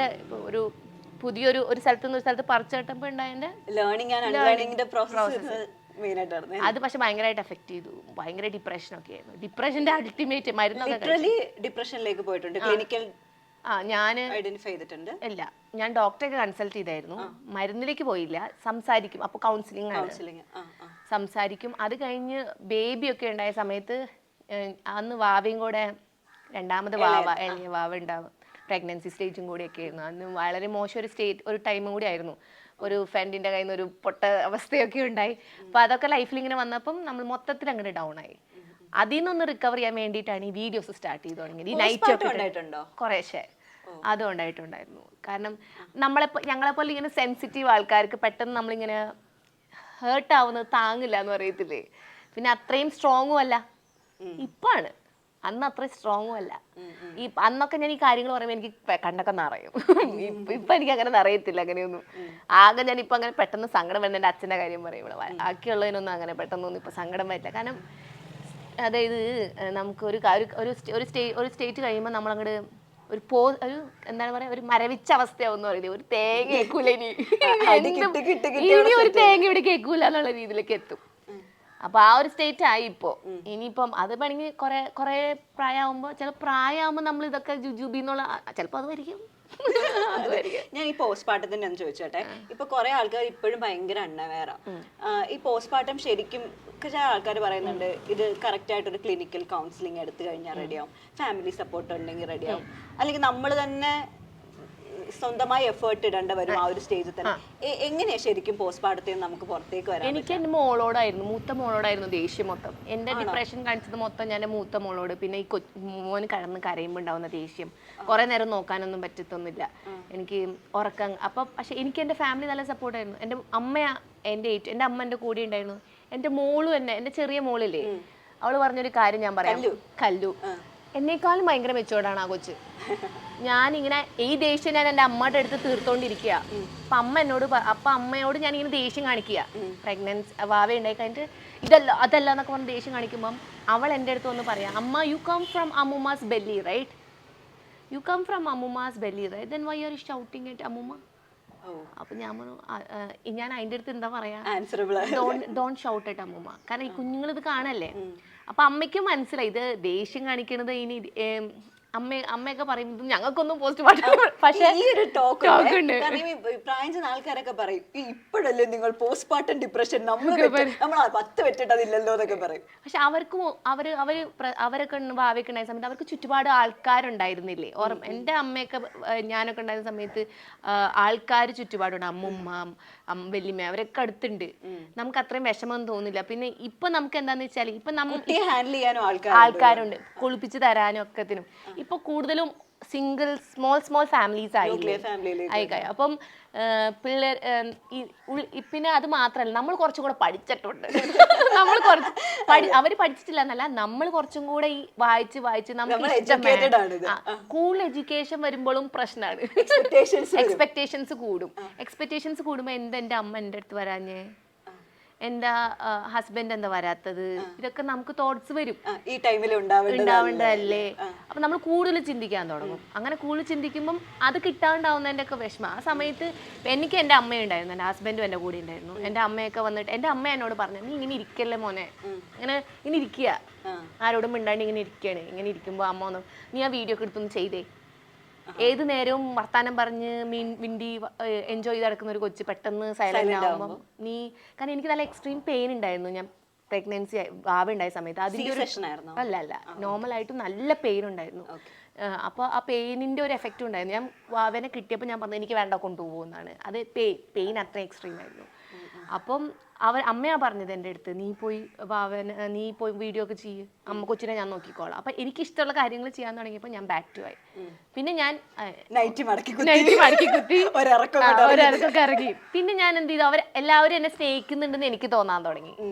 ഇപ്പൊ ചേട്ടനൊക്കെ ഒന്ന് ഇഷ്ടമുള്ള ഫുഡൊക്കെ വാങ്ങിച്ചു തരിക, അതാകുമ്പം എനിക്ക് അതൊന്ന് പിന്നെ അത് നിങ്ങൾ ആ സമയം മുതലാണ് ഞാൻ എൻ്റെ ഹൈപ്പ് ഞാനൊന്ന് ഇങ്ങനെ ഹൈ ആയി തുടങ്ങിയത്. കാരണം എനിക്ക് തോന്നണം എന്നെ സ്നേഹിക്കാൻ ആൾക്കാരുണ്ട്. ഒന്നാമത് ഞാൻ ഭയങ്കര ഇങ്ങനെ പാമ്പേർഡ് എന്ന് പറഞ്ഞു കഴിഞ്ഞാൽ എന്നെ ഇങ്ങനെ എല്ലാവരും ഇപ്പോഴും ഭയങ്കരമായിട്ട് പാമ്പർ ചെയ്യുമെന്ന് പറഞ്ഞു കഴിഞ്ഞാൽ ഞാൻ തന്നെ ഫസ്റ്റ് വീട്ടിലെ മൂത്ത മോൾ ഞാനായിരിക്കണം ഫസ്റ്റ് പ്രയോറിറ്റി എന്നൊക്കെ വിചാരിച്ചിരിക്കുന്ന ഒരാളാണ് ഞാൻ. അപ്പൊ എനിക്കത് കിട്ടുമ്പം എനിക്കതാണ് എനർജി. എനിക്ക് വേറെ ഒന്നും വേണ്ട, എനിക്ക് സാധനങ്ങളൊന്നും വാങ്ങിച്ചാരണ്ട, എന്നെ സ്നേഹിച്ചാ മതി, കുറച്ച് ചോദിക്കട്ടുള്ളൂ, എന്നെ ഒന്ന് കൺസിഡർ ചെയ്താൽ മതി. ഈ കാനഡയിലേക്ക് പോയിട്ടേ ഫസ്റ്റ് ചെയ്ത ജോബ് എന്താ? ബർഗർ കിങ്ങില് ജോലിക്ക് കയറി. അപ്പൊ ഇവര് ബർഗർ കിങ്ങില് ജോലിക്ക് കയറിയിട്ട് ഇവരെന്നോട് ആദ്യം പറഞ്ഞത് ബാത്റൂമിന്റെ സെറ്റ് തന്നു, ക്ലീൻ ചെയ്യാൻ പറഞ്ഞു. ആക്ച്വലി ആമ ബയോമെഡിക്കൽ എഞ്ചിനീയർ, എനിക്ക് ക്ലീൻ ചെയ്യാൻ പറ്റില്ല. കാനഡ അല്ല കേരളത്തിൽ എനിക്ക് ഭയങ്കര കുറച്ചിലായിരുന്നു. ഇപ്പൊ അന്ന് ഞാൻ പഠിച്ചതല്ലേ, എന്നെ കക്കൂസ് കഴുകാനൊക്കെ വിടുന്ന എന്നാ ഏറ്റവും റെസ്പെക്റ്റബിൾ ആയിട്ടുള്ളതും അന്നൊക്കെ കുറച്ച് ചിന്താഗതി എന്നെ മാറ്റി തന്നത് ഇങ്ങനെ ഏറ്റവും നല്ലൊരു ജോലിയാണ്. എല്ലാവരും ഞാനൊക്കെ വിചാരിച്ചിരുന്നു അതൊക്കെ ഒരു എന്താ പറയാ ഒരു ഇടുങ്ങിയ ചിന്താഗതിയാണ്, ഇത്രയും പഠിച്ചിട്ട് അങ്ങനെ ഒന്നും ചെയ്യാൻ പാടില്ല എന്നുള്ളൊരു തോട്ടൊക്കെ എനിക്കുണ്ടായിരുന്നു. അതൊരു ഇടുങ്ങിയ ചിന്താഗതി എന്ന് വേണമെങ്കിൽ പറയാം. നമ്മൾ പഠിച്ചിട്ട് എന്തിനത് ജോലി ചെയ്യുന്നു പിന്നെയാണ് എനിക്ക് പിന്നെ കുറച്ചൊക്കെ ബോധം വെച്ചതും അങ്ങനെയാണെന്ന് വേണമെങ്കിൽ പറയട്ടെ. ഇതൊരു ജോലിക്ക് ഒരു മാന്യത ഉണ്ടെന്ന് മനസ്സിലാക്കാനും കുറച്ച് ബ്രോഡായിട്ട് തിങ്ക് ചെയ്യാനൊക്കെ എന്നെ പഠിപ്പിച്ചത് അവിടെ നിന്നാണ്, ആ ജോലിയിൽ നിന്നാണ്. പിന്നെ ഏറ്റവും സമാധാനമുള്ള ജോലിയാണ് പണിയെടുത്ത കാശ് കയ്യില്. ബയോമെഡിക്കൽ എഞ്ചിനീയർ ഞാൻ ബയോമെഡിക്കൽ എഞ്ചിനീയർ, അവളുടെ ഒരു ബയോമെഡിക്കൽ എഞ്ചിനീയർ അല്ല. എനിക്ക് ഏറ്റവും ഇഷ്ടം ക്ലീനിങ് ജോബാണ്. അതിനുശേഷം ഞാൻ ഏറ്റവും ഹാപ്പി ആയിട്ടും കംഫർട്ടബിൾ ആയിട്ടും മനസ്സറിഞ്ഞും സന്തോഷത്തോടെ ചെയ്ത ജോലികളാണ് ഹൗസ് കീപ്പിംഗ് ജോലി. അത് കഴിഞ്ഞ് ഞാൻ പെട്രോൾ പമ്പിന് കാറിന്റെ ഫ്രണ്ട് ഇങ്ങനെ ക്ലീൻ ചെയ്ത് കൊടുക്കത്തില്ലേ, അതൊക്കെ നമുക്ക് $2 ഒക്കെ കിട്ടും. അപ്പോൾ ഞാൻ ഇങ്ങനെ 3-4 പണിയെടുക്കും. കൊച്ചു വരുന്നതിന് മുന്നേ വരെ ഞാൻ അവിടുത്തെ കാശേരിയാണ്, പണിയെടുക്കും. എന്നിട്ട് നമ്മൾ ഇവിടുന്ന് ലോണൊക്കെ എടുത്തിട്ടല്ലേ പോയിക്കണത്. അപ്പൊ ഈ വിന്റർ ടൈമിലൊക്കെ ഈ കാറിന്റെ വിൻഷീൽഡൊക്കെ ക്ലീൻ ചെയ്ത് കൊടുത്തു കഴിഞ്ഞാൽ നമുക്ക് കാശൊക്കെ കിട്ടും. അപ്പൊ അതിന് പണിക്കും, പെട്രോൾ പമ്പിന് പണിക്കും, പിന്നെ ഹൗസ് ക്ലീനിങ്ങിന് പോകും. അപ്പം ഞാൻ ഹൗസ് ക്ലീനിങ്ങിന് പോയിട്ട് ഞാൻ 2 മണിക്കൂറിന് $50 വാങ്ങും. ഞാൻ 2 മണിക്കൂർ വീട് മൊത്തം ക്ലീൻ ആക്കി കൊടുക്കും. എനിക്ക് ക്ലീനിങ് ഇഷ്ടമുള്ളപ്പോൾ നമുക്കത് കുഴപ്പമില്ല. 2 മണിക്കൂർ എനിക്കറിയാത്തല്ലോ, ചൂലെടുത്ത് തന്നാൽ മതി, ഞാൻ വീടും പറമ്പൊക്കെ ക്ലീൻ ചെയ്യും. ക്ലീനിങ് എനിക്ക് ഭയങ്കര ഇഷ്ടമാണ്. അപ്പം അത് ഓൾറെഡി ക്ലീനിങ് ഇഷ്ടമാണ്. പക്ഷെ ഞാൻ അന്നാ പറഞ്ഞെന്ന് വെച്ചാൽ വേറെ പുറം രാജ്യത്ത് പോയി നമ്മൾ ബാത്റൂം ക്ലീൻ ചെയ്യുമ്പോൾ ഒരു ജാള്യതയില്ലേ, ഇപ്പൊ ഒരു കുഴപ്പമില്ല, ഭയങ്കര കംഫർട്ടബിൾ ആണ്. എന്ത് പണി നമ്മൾ ഉഷാറായിട്ട് ചെയ്യും. മറ്റെന്തൊരു അവിടെ ഏറ്റവും കൂടുതൽ റെസ്പെക്ട് കിട്ടുന്ന ഒരു ജോലിയാണത്. അവിടെയോ അല്ല ഇവിടെയോ അത് തന്നെയല്ലേ. എവിടെ എല്ലാവരും ഇപ്പം നല്ല കുറച്ച് ബ്രോഡായിട്ട് തിങ്ക് ചെയ്യുന്ന ആൾക്കാർ വരുന്നില്ലേ. അപ്പം എനിക്ക് അതൊക്കെ ഭയങ്കര കംഫർട്ടബിൾ ഉള്ള ജോലിയായിരുന്നു. ഞാൻ എടുക്കാത്ത ഒരു പണിയില്ല. അവിടെ ഒരു 10-15 പണി എടുത്തിട്ടുണ്ടോ.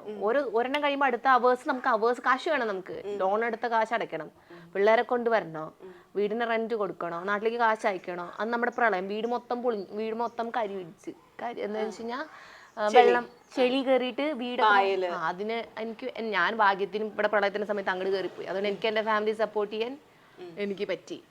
അപ്പോൾ പിന്നെ ഒന്ന് മൊത്തത്തിൽ പോയല്ലോ. അപ്പം കാശ് വേണം, കാശ് ഉണ്ടാക്കാനല്ലേ പോയത്. അപ്പോൾ കാശ് ഉണ്ടാക്കണ്ടേ. അപ്പോൾ പണിയെടുക്കും. മക്കൾ വരണവരെ പണിയെടുക്കാൻ പറ്റുള്ളൂ. നന്നായി പണിയെടുത്തിട്ടുണ്ട്. കാശുണ്ടാക്കി ലോണൊക്കെ തീർത്തു. എഡ്യൂക്കേഷൻ ലോൺ ഉണ്ടായിരുന്നു, അതൊക്കെ തീർത്തു. പിന്നെ ഇങ്ങോട്ട് വന്ന ലോണുകൾ ഫുള്ള് തീർത്തു. 10-25 ലക്ഷം എടുത്തിട്ട് ഇങ്ങോട്ട് വന്നു, അത് മൊത്തം തീർത്തു. എഡ്യൂക്കേഷൻ ലോൺ ഉണ്ടായിരുന്നു 4 ലക്ഷത്തിന്റെ, അതൊക്കെ തീർത്തു. പിന്നെ അനിയന്റെ കല്യാണം നടത്തി. അതെ, കാരണം അവിടെ പണിയെടുത്ത് നമ്മൾ ഹാർഡ് വർക്ക് ചെയ്യാനുണ്ടെങ്കിൽ നമുക്ക് കാശ് കിട്ടും. പിന്നെ ഞാൻ അത്ര പോഷ് എന്ന് പറയാൻ പറ്റുന്നില്ല, ഞാൻ അത്ര എക്സ്പെൻസീവ് അല്ല. ഞാനൊരു പുതിയ ഡ്രസ്സൊന്നും വാങ്ങത്തൊന്നുമില്ല. അവിടെ സെക്കൻഡ് ഹാൻഡ് ഡ്രസ്സൊക്കെ കിട്ടുന്ന സ്ഥലമുണ്ട്, അവിടെയൊക്കെ പോയി ഡ്രസ്സ് വാങ്ങും. പക്ഷെ ഒക്കെ സ്യൂട്ട് കൊണ്ട് എന്നിട്ട് എന്നോട് പറയാം ടിപ് ടോപ്പ്. പക്ഷെ അപ്പൊ എന്നോട് പറയും, നീ ഈ സെക്കൻഡ് ഹാൻഡ് സാധനങ്ങളൊക്കെ വാങ്ങുന്നത്, ജാക്കറ്റ് ഒക്കെ ഇല്ലേ, ഒക്കെ സെക്കൻഡ് ഹാൻഡ് വാങ്ങിക്കും. അപ്പോൾ വില കുറവിന് കിട്ടും.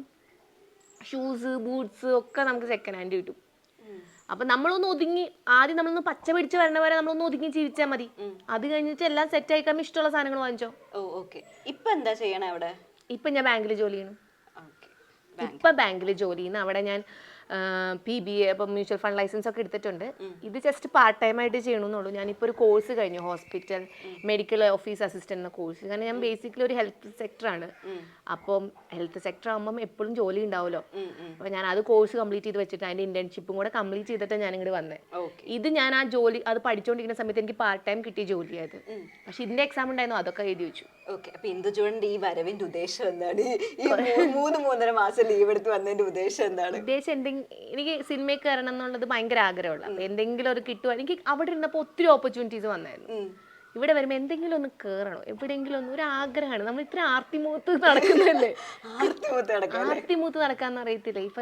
ഇപ്പം അതെനിക്ക് നായികയോ അല്ലെങ്കിൽ എന്തെങ്കിലും ആ സൈഡിൽ കൂടെ, അല്ലെങ്കിൽ ഇപ്പം വീട്ടിൽ പണിയെടുക്കുന്ന ചേച്ചിയൊക്കെ റോള് വരത്തില്ലേ, അവിടെ എന്തായാലും കുഴപ്പമില്ല. അപ്പൊ ഒരു സംസാരിക്കാനുള്ളതോ സീന് എന്തെങ്കിലും എന്നെ കണ്ടാ മതി, പിന്നെ ഞാൻ കയറിപ്പോക്കോളാം. 2-3 ചെയ്തു എന്ന് കാണിച്ചാലല്ലേ പിന്നീട് വരുള്ളൂ. അങ്ങനെ നമുക്കൊരു ബുക്ക് വേണ്ടേ ഫസ്റ്റ് 2 അഭിനയിച്ചു എന്നൊക്കെ കാണിക്കാൻ. ഇനി എനിക്ക് അങ്ങനെ വേണം, എന്തെങ്കിലും ഒരു ചെറിയ റോൾ വന്നാൽ മതി. ഇനി ആൾക്കാരെ വെട്ടിക്കൊല്ലുന്നതോ, സൈക്കോ കില്ലർ പൊസിഷൻ, എനിക്ക് വില്ലൻ റോൾസ് ഒക്കെ ഭയങ്കര ഇഷ്ടം. സാധാരണ ആൾക്കാർ എന്താ പറയാ, പ്രത്യേകിച്ച് ഈ ഒരു ഗെറ്റപ്പ്, ഈ ഒരു ലുക്കുള്ള കൂട്ടുകാരെ നമുക്ക് അതിനകത്തൊരു നായികയോ അല്ലെങ്കിൽ നായകന്റെ പെങ്ങളോ അല്ലെങ്കിൽ ചേച്ചിയോ അങ്ങനെ എനിക്ക് വെട്ടിക്കൊല്ലുന്ന ഒരു റോള് വേണം. അങ്ങനെയല്ല, ഈ വില്ലൻ കഥാപാത്രങ്ങളില്ലേ, ഇങ്ങനെ വില്ലൻ, നമ്മുടെ കുഞ്ചാക്കോ ബോബന്റെ ലാസ്റ്റ് പടത്തിൽ ഒരു ചുരുണ്ട മുടിയായിട്ട് ഓഫീസർ ഓൺ ഡ്യൂട്ടി, അതിലൊരു പെൺകുച്ചുങ്ങള് വില്ലൻ കഥാപാത്രങ്ങൾ ചെയ്തില്ലേ, അങ്ങനത്തെ ഒക്കെ ഉള്ള സൈഡ് ഇപ്പൊ ഞാൻ നോക്കുമ്പോ തന്നെ അങ്ങനെ കുറച്ച് വയലന്റ് ആയിട്ടുള്ള വിമൻസ് ചെയ്യില്ലേ, സൈക്കോ പോലീസ് റോളില് സൈഡിൽ നിൽക്കണത്, ഇങ്ങനെ പോലീസ് കോൺസ്റ്റബിൾ പെണ്ണുങ്ങളൊക്കെ ഇങ്ങനെ ഇടിക്കാനൊക്കെ പോകുന്ന അങ്ങനത്തെ ഒക്കെ ഉള്ളില്ലേ, കുറച്ചും കൂടെ ആക്ഷൻ ആയിട്ടുള്ളത്. അത് ആക്ഷൻ മൂവീസ് അല്ല, ഇപ്പൊ ജോർജ് സാറിന്റെ ഒക്കെ ടൈപ്പ് ഇല്ലേ, ജോർജ് സാറിന്റെ സൈഡിലൊക്കെ ആരെങ്കിലും ഒക്കെ ഉണ്ടാകുമ്പോ ഒരു വിമൻ ആയിക്കോട്ടെ, അതായാലും കുഴപ്പമില്ല. ജോർജ് സാറിന്റെ പോലെ അത്ര വയലൻസ് ഒക്കെ ഉള്ള വിമൻ റോൾസ് ഒക്കെ വരത്തില്ലേ, അങ്ങനെ കുറച്ച് വയലൻസ് ഉള്ളത്. മാർക്കോ 2 അതിന്റെ സൈഡില്. അപ്പൊ എന്നോട് ചോദിക്കുന്നത് എനിക്കത് ഇങ്ങനത്തെ റോൾ എനിക്ക് അറിഞ്ഞൂടാ. വില്ലനിസം വേണം. അത് ഇങ്ങനെ സൈക്കോ എന്നല്ല ഞാൻ പറയണത്, കുറച്ച് നെഗറ്റീവ് റോൾസിനോടാണ് താല്പര്യം. നെഗറ്റീവ് റോൾസ് ചെയ്യാൻ ഒരുപാട് ഇഷ്ടമുള്ള ആൾക്ക് ഏറ്റവും ഇഷ്ടം ലാലേട്ടനെ. അതെ, പാവം പിടിച്ച ലാലേട്ടൻ ജീവനാണ് എനിക്ക്. അതെന്താ ഇപ്പൊ തുടങ്ങി ഒരു മറ്റേതാണോ ഞാൻ ജനിച്ചെന്നു കേട്ടൊരു പേര്? ഒരു പ്രായം, നമുക്കൊരു ഏജ് ഒക്കെ വരൂലേ. ഞാൻ എൻ്റെ അച്ഛനമ്മയൊക്കെ ഇറങ്ങണ പടം പോയി കാണും. അത് ഈ കുഞ്ഞുനാള് മുതലേ കാണിച്ച്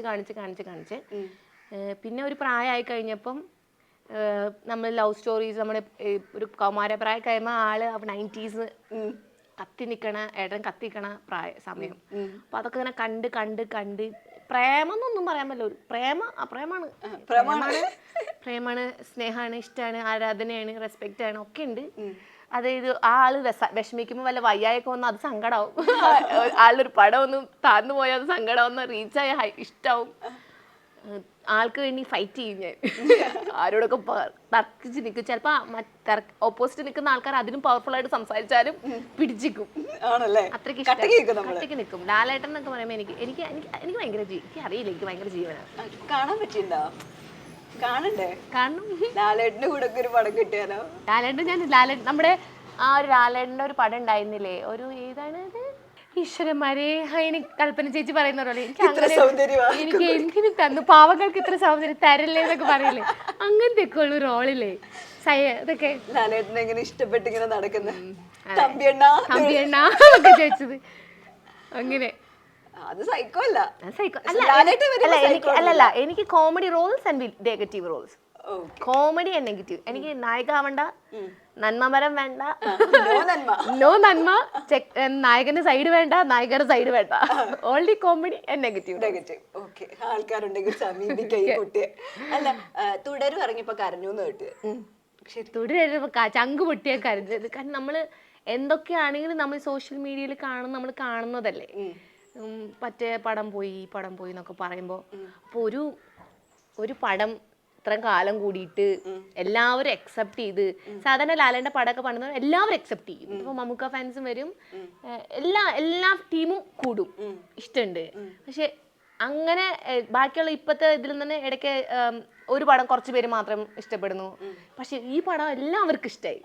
അത് എല്ലാവർക്കും ഇഷ്ടമായി. എനിക്ക് എൻ്റെ കുടുംബത്തുള്ള ഒരാൾക്ക് എന്തോ കിട്ടിയ പോലെ എല്ലാവർക്കും ഇഷ്ടമായി. എനിക്കങ്ങനെ ഞാൻ പടം കണ്ടു കഴിഞ്ഞ നമുക്ക് ഈശ്വര ഇത്ര നാള് കൂടിയിട്ട് ഒന്ന് കാത്തിരുന്നിട്ട് ഒന്ന് നന്നായി ലുക്കും അങ്ങോട്ട് സൂപ്പറായി.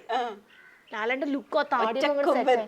ആ ലാലേട്ടന്റെ അന്ന് കുറച്ച് ടൈറ്റ് ഒക്കെ ആയിരുന്നു എൻ്റെ ഫേസ്. ഇപ്പൊ അതൊക്കെ മാറി, അതൊക്കെ നല്ല ലുക്കായി വന്നപ്പം തിരിച്ചു വന്നു ഞങ്ങളുടെ മുത്ത്. അങ്ങനെയായിരുന്നു. ഇപ്പൊ നമുക്ക് റിലേറ്റ് ചെയ്യാൻ പറ്റും. ഞാനും ഇങ്ങനെ ഇറങ്ങിയിട്ട് ഫസ്റ്റ് ഫോൺ എടുത്തിട്ട് കണ്ടോടാ ഞങ്ങളുടെ ലാലേട്ടൻ തിരിച്ചെന്ന് കണ്ടോടാ അങ്ങനെ പറയുന്ന ഒരു ഇതുണ്ടായിരുന്നു. അതെന്ന് വെച്ച് കഴിഞ്ഞാൽ അത് നമുക്കെന്താ പറയുക, ഇവര് വളർന്നോടൊപ്പം നമ്മളും അവരുടെ ഒപ്പം അല്ലേ വളർന്നത്. അപ്പൊ കുടുംബത്തുള്ളവരെ പോലെ എല്ലാവരും. ഞാൻ ഭയങ്കര ഫാനാണ്. ഞാൻ ഇവിടെ ഏട്ടനൊക്കെ അടിക്കാനൊക്കെ പോയതാണ് ടാറ്റു. പിന്നെ സൂചി വേനുള്ളതുകൊണ്ടാ, അല്ലെങ്കിൽ അടിച്ചിട്ടുണ്ടാവും. ഫോട്ടോ വെക്കണമെന്നായിരുന്നു ആഗ്രഹം. എന്നിട്ട് എൻ്റെ ഹസ്ബൻഡ് പറഞ്ഞായിരുന്നു നമുക്ക് ശംഖും ഒരേപോലത്തെ മാച്ചിങ്. ഞാൻ എനിക്ക് വേണ്ട, ഞാൻ ഏട്ടൻ അടിച്ചോളാന്ന് പറഞ്ഞു. ഏട്ടന് ലാലേട്ടൻ അടിച്ചോളാം. എനിക്ക് മനസ്സിലായി നിന്റെ ഏട്ടനാരാണ്. ഭർത്താവാണ് ഏട്ടൻ. നിങ്ങളല്ല, ലാലേട്ടനാണ്. അത് മനസ്സിലായി. He knows. ഞാൻ ആള് ഭയങ്കര ലാലേട്ടൻ ഫാനാണ്. പക്ഷെ എന്നെ പോലെ പ്രാന്തൊന്നുമില്ല. എനിക്ക് പ്രാന്തുണ്ട്. ഈ മഞ്ജു ചേച്ചി അന്ന് ചെയ്ത സിനിമ നിങ്ങളെ പറ്റിയുള്ളതാണോ? അതൊരു പൊടിക്ക് അത് ഞാൻ അതൊരു പൊടിക്ക് ഞാൻ തല്ല് അത് മഞ്ജു ചേച്ചി തല്ലുണ്ടാക്കിയോയില്ലേ, ഞാൻ ക്രിക്കറ്റ് ഗ്രൗണ്ടിലൊക്കെ പോയി തല്ലുണ്ടാകും ചേട്ടന്മാരോടൊക്കെ പോയിട്ട്. ഞാൻ തല്ലുണ്ടാക്കും. അവരെന്നെ ചൊറിയാൻ വേണ്ടി വരെന്ന് പറയുന്നത് മറ്റേ പടം അത്രയ്ക്ക് അങ്ങനെ ആയില്ല. പിന്നെ അങ്ങനെ അരച്ച് കയറൂലേ. പിന്നെ ഇവരെ അടുത്ത് പിടിച്ചിക്കാൻ പറ്റില്ല. ഒരു 11 സംഘത്തിന്റെ കൂടെ ഞാൻ ഒറ്റയ്ക്ക്. ഇവരൊന്നും മിണ്ടില്ല കൂടെയുള്ള ടീമൊന്നും. ഞാൻ എന്നിട്ട് കുറെ പറഞ്ഞു കഴിഞ്ഞിട്ട് പിന്നെ ഞാൻ ക്രിക്കറ്റ് ഗ്രൗണ്ടിൽ ഞാൻ കളിക്കാനൊക്കെ പോകും. അപ്പൊ അടി ഉണ്ടാക്കിയിട്ട് വരും. ലാലേട്ടന്റെ ഒരു ഇഷ്ടപ്പെട്ട ഡയലോഗ് ഒന്ന് പറഞ്ഞേ. ലാലേട്ടന്റെ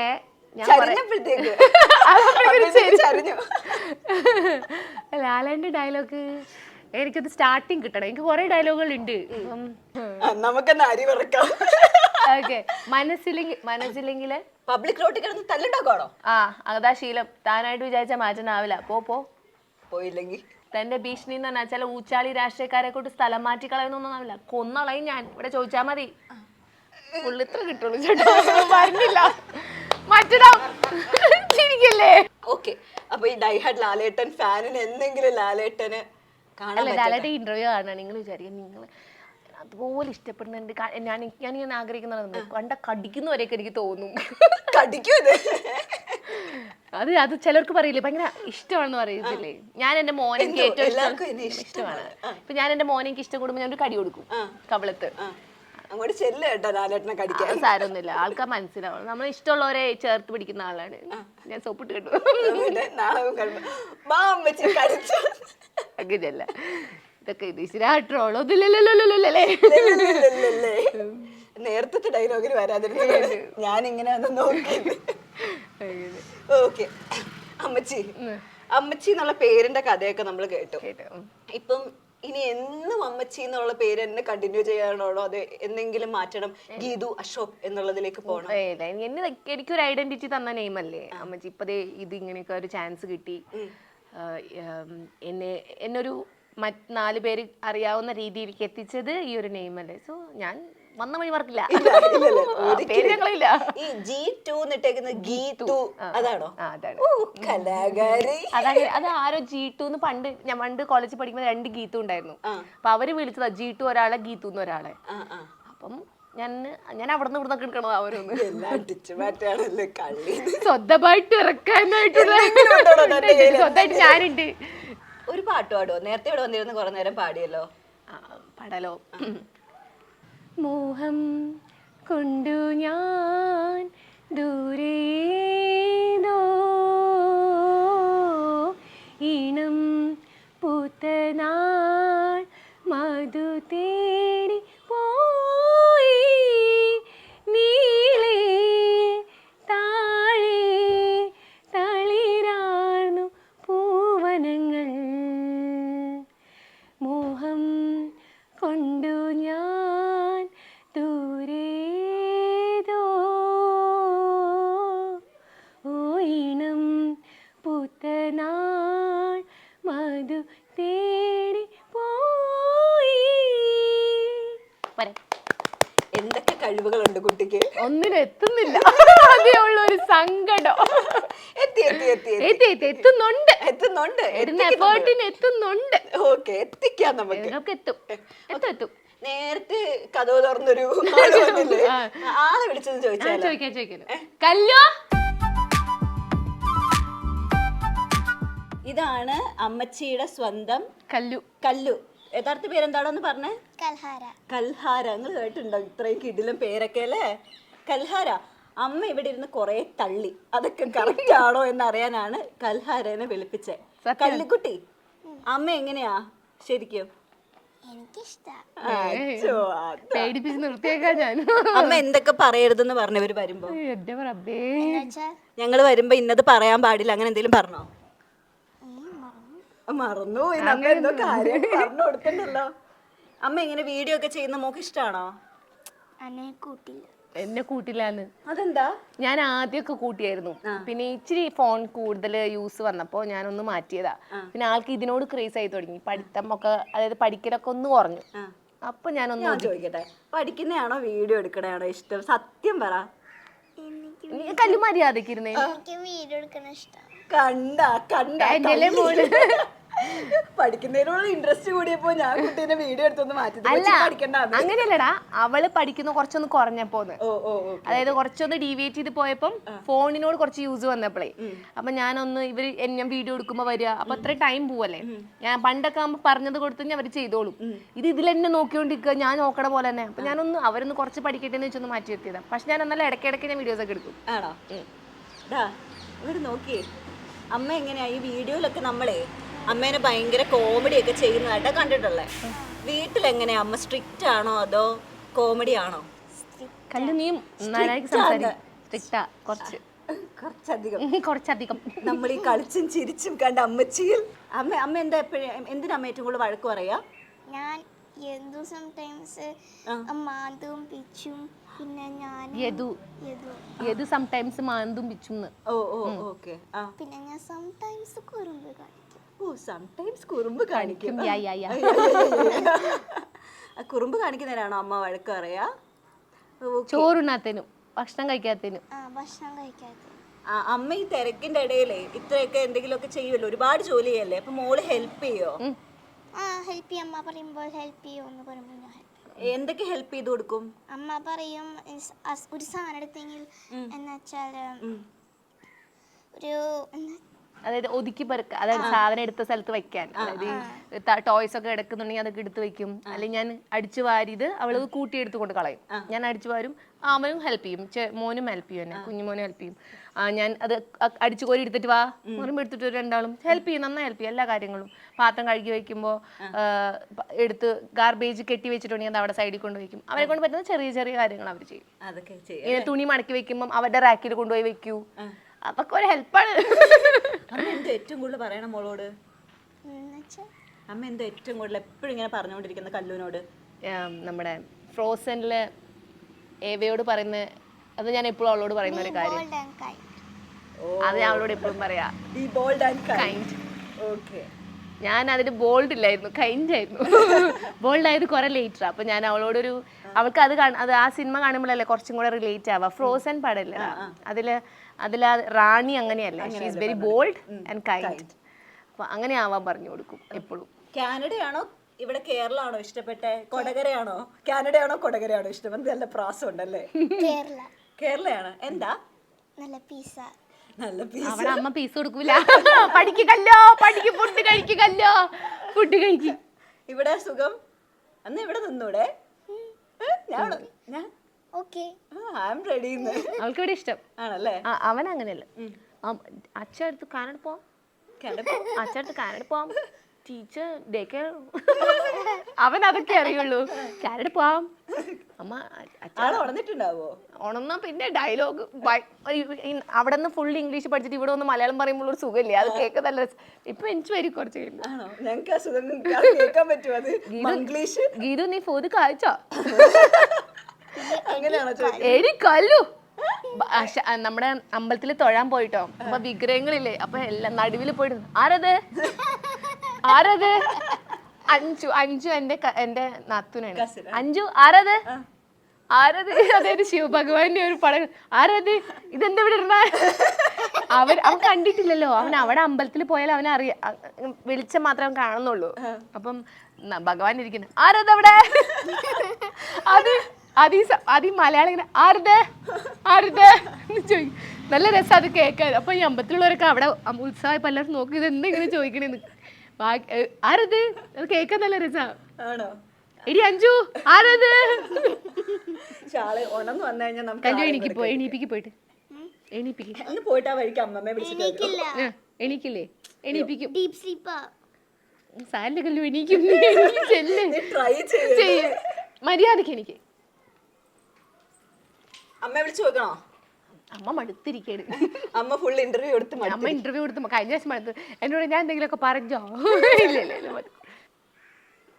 എനിച്ചില്ല. ഇല്ല. ഓക്കെ, ഡീപ് സ്ലീപ്പ് ആണ്. ആറ്റിറ്റ്യൂഡ് റാണിയാണ്. ഈ ഒരു നാണമൊന്നും കാണിക്കല്ലേ. ഇതൊന്നല്ല ചേച്ചിക്ക് സ്വന്തം നിലപാടുകളും ചേച്ചി വീട്ടിൽ ബിഗ് ബോസ് കണ്ടസ്റ്റന്റ് നമ്പർ 1, ഞാൻ ബിഗ് ബോസ് കണ്ടസ്റ്റന്റ് നമ്പർ 2. അതെ അല്ലേ? ബിഗ് ബോസിൽ വിളിച്ചല്ലായിരുന്നോ? അന്ന് കാനഡയിലായിരുന്നു. അന്ന് ഈ സമയത്ത് എവിടെയായിരുന്നു? അപ്പോ വാവ ഉണ്ടായിരുന്നു, 6 months ആയിരുന്നു. അപ്പൊ പോയില്ല. പിന്നെ എന്റെ അനിയന്റെ മാരേജിന്റെ എല്ലാം സെറ്റ് ആയിട്ടിരിക്കും. അപ്പൊ ഞാനല്ലേ മൂത്ത മോള്, അമ്മ ഒറ്റയ്ക്ക് ഇങ്ങനെ എല്ലാവരും, അതുകൊണ്ടാണ് പോയത്. പോണോ? അവൾക്ക് പോണം. പോയിക്കോളൂ കേട്ടോ. അമ്മ പറഞ്ഞ കള്ളങ്ങളെല്ലാം പൊളിച്ചു തന്നതിന് വളരെ നന്ദിയുണ്ട്. ആള് പിടിക്കാണ്, ഭയങ്കര ബോൾഡാണ്. ഇപ്പൊ ഇതില് ഈ നാണം കാണിക്കുന്നത് അങ്ങനെയൊന്നും വിചാരിക്കരുത്. ഭയങ്കര സ്വന്തം കാര്യങ്ങളൊക്കെ. ഇപ്പൊ ഞാന് സങ്കടപ്പെട്ടിട്ട് ഞാൻ വഴക്കിട്ട് കഴിഞ്ഞ് കഴിഞ്ഞാൽ ഞാൻ അമ്മ അടുത്ത് പോയി ഇങ്ങനെ മിണ്ടമ്മ എന്നോട് മിണ്ടെന്ന് പറയും. കല്ലിൻ്റെ അടുത്ത് you take your own time and come back later. ഇതെല്ലാം നമുക്ക് വേണ്ടത്. നീ എന്റെ അടുത്ത് ഒന്ന് പറയണം, അമ്മേനോട് പഴങ്ങല്ലേ ചോദിക്കി, ഇത്ര ആറ്റിറ്റ്യൂഡ് വേണ്ടെന്ന് പറയും. ഓക്കെ, ഈ ഇപ്പോഴത്തെ ബിഗ് ബോസ് ഏതാ അമ്മ ആരൊക്കെ? ഹായ്, ഉറക്കത്തിന് എഴുന്നേറ്റ് വന്നപ്പോ ഇത് ആരൊക്കെയത്? ഹായ് ഏതാ?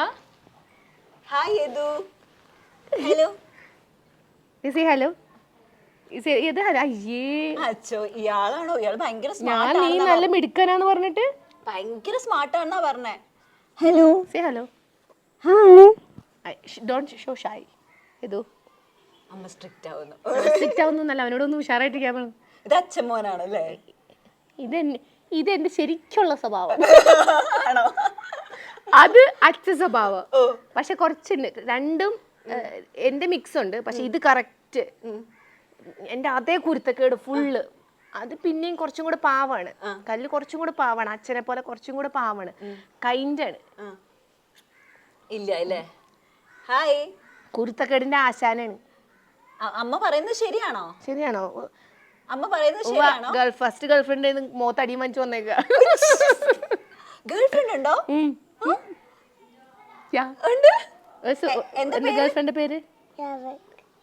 അത് അവന്റെ പേര്. Girlfriend, your friend name? ദേക്കുള്ള ഫ്രണ്ടിന്റെ പേരെന്താ? ഞാൻ വിളിക്കാം. എന്താ പേര്? ഇല്ല ഇക്രിറ്റ്. ആദ്യം ഒരു ഗേൾഫ്രണ്ട് ഉണ്ടായിരുന്നു ഡേ കെയറില്, ആ മേറ. ആ കൊച്ചിൻ്റെ കയ്യിൽ നിന്ന് ഒരു ഇടി കിട്ടി ഒരു ദിവസം. അവൻ്റെ കൂടെ മാത്രമേ കളിക്കാൻ പാടുള്ളൂ. മാറി കളിച്ചപ്പോൾ രണ്ടുപേരും കൂടെ തല്ല് പിടിച്ച് ഇടിയൊക്കെ വായിച്ചു. അപ്പം ഞാൻ പറഞ്ഞു, അമ്മേനെ എന്നെ ഹിറ്റ് ചെയ്തുമോ അമ്മ? ഗീതു എന്നാ വിളിക്കാൻ എന്നെ. അവൻ ഗീതു, ഇവൻ എന്നെ ഗീതു എന്നാ വിളിക്കാം. അപ്പം ഗീതു അമ്മയെ ഹിറ്റ് മീ. ഞാൻ പറഞ്ഞു, നിനക്ക് തിരിച്ചു തന്നെ കൊടുക്കായിരുന്നില്ലേ? അല്ലടാ, ഇങ്ങോട്ട് തല്ലിയ വേദനിച്ച് അങ്ങോട്ട് കൊടുത്തോന്ന് ഞാൻ പറഞ്ഞു. മോനെന്ന് വേദനിപ്പിച്ച് അവണ്ട ഈ ചടങ്ങ് ഇങ്ങോട്ട് പൊള്ളി കഴിഞ്ഞ് കൊടുത്തോ. കാരണം അങ്ങനെ. അപ്പം അത് കഴിഞ്ഞ് കഴിഞ്ഞിട്ട് അപ്പം ഞാൻ പറഞ്ഞു, അപ്പം she is my girl friend, she hit me. Okay, അത് കഴിഞ്ഞ് 2-3 ദിവസം കഴിഞ്ഞപ്പോൾ ഇപ്പം എന്താ ആയിക്കോട്ടെ എൻ്റെ ഗേൾ ഫ്രണ്ട് ഇക്രിറ്റ്. Total എത്ര girlfriend? How many girlfriends you have? I want complete details before sunrise. പക്ഷെ എല്ലാം ഒന്ന് പറയട്ടെ, രണ്ടുപേരായാലും പറയും എല്ലാ കാര്യങ്ങളും. ഗേൾഫ്രണ്ടിൽ നിന്ന് അടി വാങ്ങിച്ചിട്ട് വന്നിരിക്കുക. ഞാൻ പറ, അങ്ങനെ ആവരുത് മോനെ. പറ. നാണം. അയ്യോ, ഉണങ്ങിയ കാമദേവൻ ഇരിക്കണ ഇരിപ്പ് കണ്ടാ? കൊച്ചിനെ ഉറക്കപ്പിച്ചിട്ടുണ്ടെന്ന് തോന്നുന്നു. ഞാനിങ്ങനെയൊക്കെ ചോദിക്കും, ഉണങ്ങിയ കാമദേവൻ ഇരിക്കണ ഇരിപ്പ് കണ്ട ഇവിടെ നിലത്തിരിക്കും. അച്ഛോ, അവിടെ കിടന്ന് ഇനിയിപ്പോ ഉറങ്ങുമായിരിക്കും പാവം. ഞാൻ അമ്മൂമ്മ അടുത്തേക്ക് പോക്കോ, അത് നോക്കോ. ഓക്കെ, നമ്മളിപ്പോ ഈ ഉമ്മറത്തിരുന്ന് സംസാരിക്കുമ്പോഴേ ഓരോ ആൾക്കാരെ വിളിക്കുമ്പോ അച്ഛനോട് ഉണ്ടായിരുന്നെങ്കിലും എന്നൊരു തോന്നലുണ്ടോ? പിന്നെ അത് നമുക്കൊരിക്കലും എന്തെങ്കിലും ചെയ്തു വരുത്താൻ പറ്റുമോ? ഇല്ലല്ലോ. It's like A pain. ഒരു എന്താ പറയാ, കുത്തുന്ന ഒരു പെയിനാണ്. ഒന്നും ചെയ്താലും ഒരു കാര്യം നടക്കണം. ഞാനിങ്ങനെ മെന്റലിസ്റ്റ് അവരൊക്കെ ഇങ്ങനെ വരുത്തുന്നില്ല. ഞാൻ അതിൽ കുറേ പേരോട് ചോദിച്ചു, ഒന്ന് വരുത്തോ, ഒന്ന് സംസാരിക്കാൻ എന്നുള്ള രീതിയിൽ ഞാൻ കുറേ പേരുടെ അടുത്തൊക്കെ അപ്രോച്ച് ചെയ്ത് ഇങ്ങനെ മെസ്സേജൊക്കെ അയക്കും, ചേട്ടാ എനിക്കൊന്ന് കാണിച്ചു തരുമോ. അപ്പം അങ്ങനെ കൊതിക്കുന്നുണ്ട് ഞാൻ, ഒന്ന് വന്നെങ്കിൽ എന്ന് പറഞ്ഞ രീതിയിൽ. എത്ര ഞാൻ ഏത് രീതിയിൽ കൊണ്ടുവയ്ക്കുന്നു അത്രയും ഞാൻ രീതിയിൽ കൊണ്ടുപോകേണ്ടതല്ല എൻ്റെ അച്ഛനെ. അച്ഛൻ ആഗ്രഹിച്ചതെല്ലാം അച്ചീവ് ചെയ്തോ? അതിലും അപ്പുറം. ഞാൻ ആൾക്ക് നന്നായി ജോലി ചെയ്ത് നന്നായി ഫസ്റ്റ് വീട് വേണമെന്നുണ്ടായിരുന്നു, അത് അച്ചീവ് ചെയ്തു. പിന്നെ അനിയൻ നല്ല രീതിയിൽ പഠിക്കണം എന്നുണ്ടായിരുന്നു, അവൻ്റെ ലൈഫ് നന്നായി സെറ്റിൽ ആവാൻ. അവന് ജോലിയൊക്കെ ഞാൻ സെറ്റാക്കി, അവൻ്റെ കല്യാണം ഞാൻ നല്ല രീതിയിൽ നടത്തി. അമ്മനെ പൊന്നു പോലെ ഞാൻ നോക്കുന്നുണ്ട്. പിന്നെ എന്താണ് ഞാൻ വിദേശത്ത് പോയി. ഇനി എൻ്റെ അച്ഛന് ഭയങ്കര ആഗ്രഹമായിരുന്നു വണ്ടി വേണമെന്ന്. അത് ജീപ്പ് മോഡൽ വേണമെന്ന് ആഗ്രഹം ഉണ്ടായിരുന്നു. അത് ഭയങ്കര ഇങ്ങനെ രാത്രിയൊക്കെ ഇരുന്ന് പറയും. ഇങ്ങനെ ഈ ദൂരദർശനൊക്കെ പണ്ട് കാണാം. ഞങ്ങൾ പണ്ടത്തെ വീട്ടിലൊരു മുറിയേ ഉള്ളൂ. അപ്പോൾ രാത്രി ആളിരുന്ന് ഈ ന്യൂസ് ചാനലൊക്കെ കണ്ടുപിടിക്കുന്ന സമയത്ത് വണ്ടിയൊക്കെ വരുമ്പോൾ ഉറങ്ങി കിടക്കുന്ന എന്നെ കൊള്ളു അതുപോലത്തെ വണ്ടിയാണ് നമ്മൾ ഇനി കുറേ കാലം കഴിഞ്ഞ് വാങ്ങാൻ പോകണമെന്ന് എന്നോട് പറയും. അപ്പോൾ അതൊക്കെ ചില ആൾക്കാരൊക്കെ പെട്ടെന്ന് നന്മ ചെയ്ത ആൾക്കാരെ പെട്ടെന്ന് പോകാന്ന് പറയത്തില്ലേ. അപ്പോൾ അതൊക്കെ പക്ഷെ അതൊക്കെ ഞാൻ ചെയ്തു. എനിക്ക് ഞാൻ വീട് ഉണ്ട്. എനിക്കിനി എന്താ സിനിമയിൽ അച്ഛന് ഞാൻ ഇങ്ങനെ അറിയണമെന്ന് ഭയങ്കര ആഗ്രഹം. മോള് എല്ലായിടത്തും എത്തണം എന്ന് പറയും. മോൻ ഇഷ്ടമല്ല. മോള് ഇങ്ങനെ ഇച്ചിരി ഞാൻ ഇത്തിരി നല്ല ഇങ്ങനെ വൈബായിട്ട് നിൽക്കണമെന്നാണ്. അച്ഛന് മോൾ എല്ലായിടത്തും അല്ലെങ്കിൽ അച്ഛന്മാർക്ക് പെൺമക്കൾ എന്ന് പറയുമ്പം ഞാൻ നല്ല രീതിയിൽ എപ്പോഴും കയറി പോകണമെന്ന് അച്ഛന് ഭയങ്കര ആഗ്രഹം. കാരണം മൂത്ത മോള് അച്ഛനോട് ഏറ്റവും അച്ഛൻ ഇത് കണ്ണനപ്പോൾ കുഞ്ഞ് അച്ഛൻ മരിക്കുന്ന സമയത്തൊക്കെ. അപ്പോൾ അവൻ അച്ഛനോട് അത്ര അമ്മയോടായിരുന്നു ഏറ്റവും കൂടുതൽ അറ്റാച്ച്മെന്റ്. അപ്പം എല്ലാ രീതിയിലും എവിടേക്കും എത്തണം എന്ന് ആഗ്രഹിച്ചിട്ട് അതൊക്കെ എത്തി കാണിക്കുമ്പോൾ കാണാൻ ആളില്ല എന്ന് പറയുമ്പോൾ കാണാണ്ട് എവിടെ പോവാൻ കാണണ്ടാവും. അതിന് നമ്മളെ ഇഷ്ടമുള്ളവർ നമ്മുടെ അടുത്ത് നിന്ന് പോകത്തൊന്നുമില്ല. അതൊക്കെ കാണൊക്കെ ഉണ്ടാവും. ഈ മെന്റലിസ്റ്റ് ഒക്കെ ഇങ്ങനെ ചെയ്യുന്നത് കൊണ്ടുവന്ന ഫസ്റ്റ് എന്തായിരിക്കും പറയാറുണ്ടാവും? ഞാൻ കെട്ടിപ്പിടിച്ച് കരയല്ലേ ചെയ്യുള്ളൂ. എൻ്റെ ഇമോഷനാണ്, എൻ്റെ സ്നേഹമാണ്. എനിക്കത് അത് പറഞ്ഞു. പക്ഷെ ഞാൻ കാണും. ഞാൻ എന്തായാലും ഇവിടുന്ന് പോകുന്നതിന് മുമ്പ് ആരെങ്കിലും ഒന്ന് കോണ്ടാക്ട് ചെയ്ത് അത് സത്യമാണോന്നൊന്നും എനിക്ക് അറിയത്തില്ല, എന്താണ് അവിടെ നടക്കണേന്നൊന്നും എനിക്ക് അറിയത്തില്ല. പക്ഷെ കാണാൻ പറ്റുന്നൊക്കെയാണ് പറയണേ അല്ലേ. ഞാനും ഇതൊരു എക്സ്പീരിയൻസ് ചെയ്തിട്ടില്ല. കാണണം. അങ്ങനെ ഒന്നും ഉണ്ടെങ്കിൽ അത് എക്സ്പീരിയൻസ് ചെയ്തിട്ടേ പോകത്തുള്ളൂ.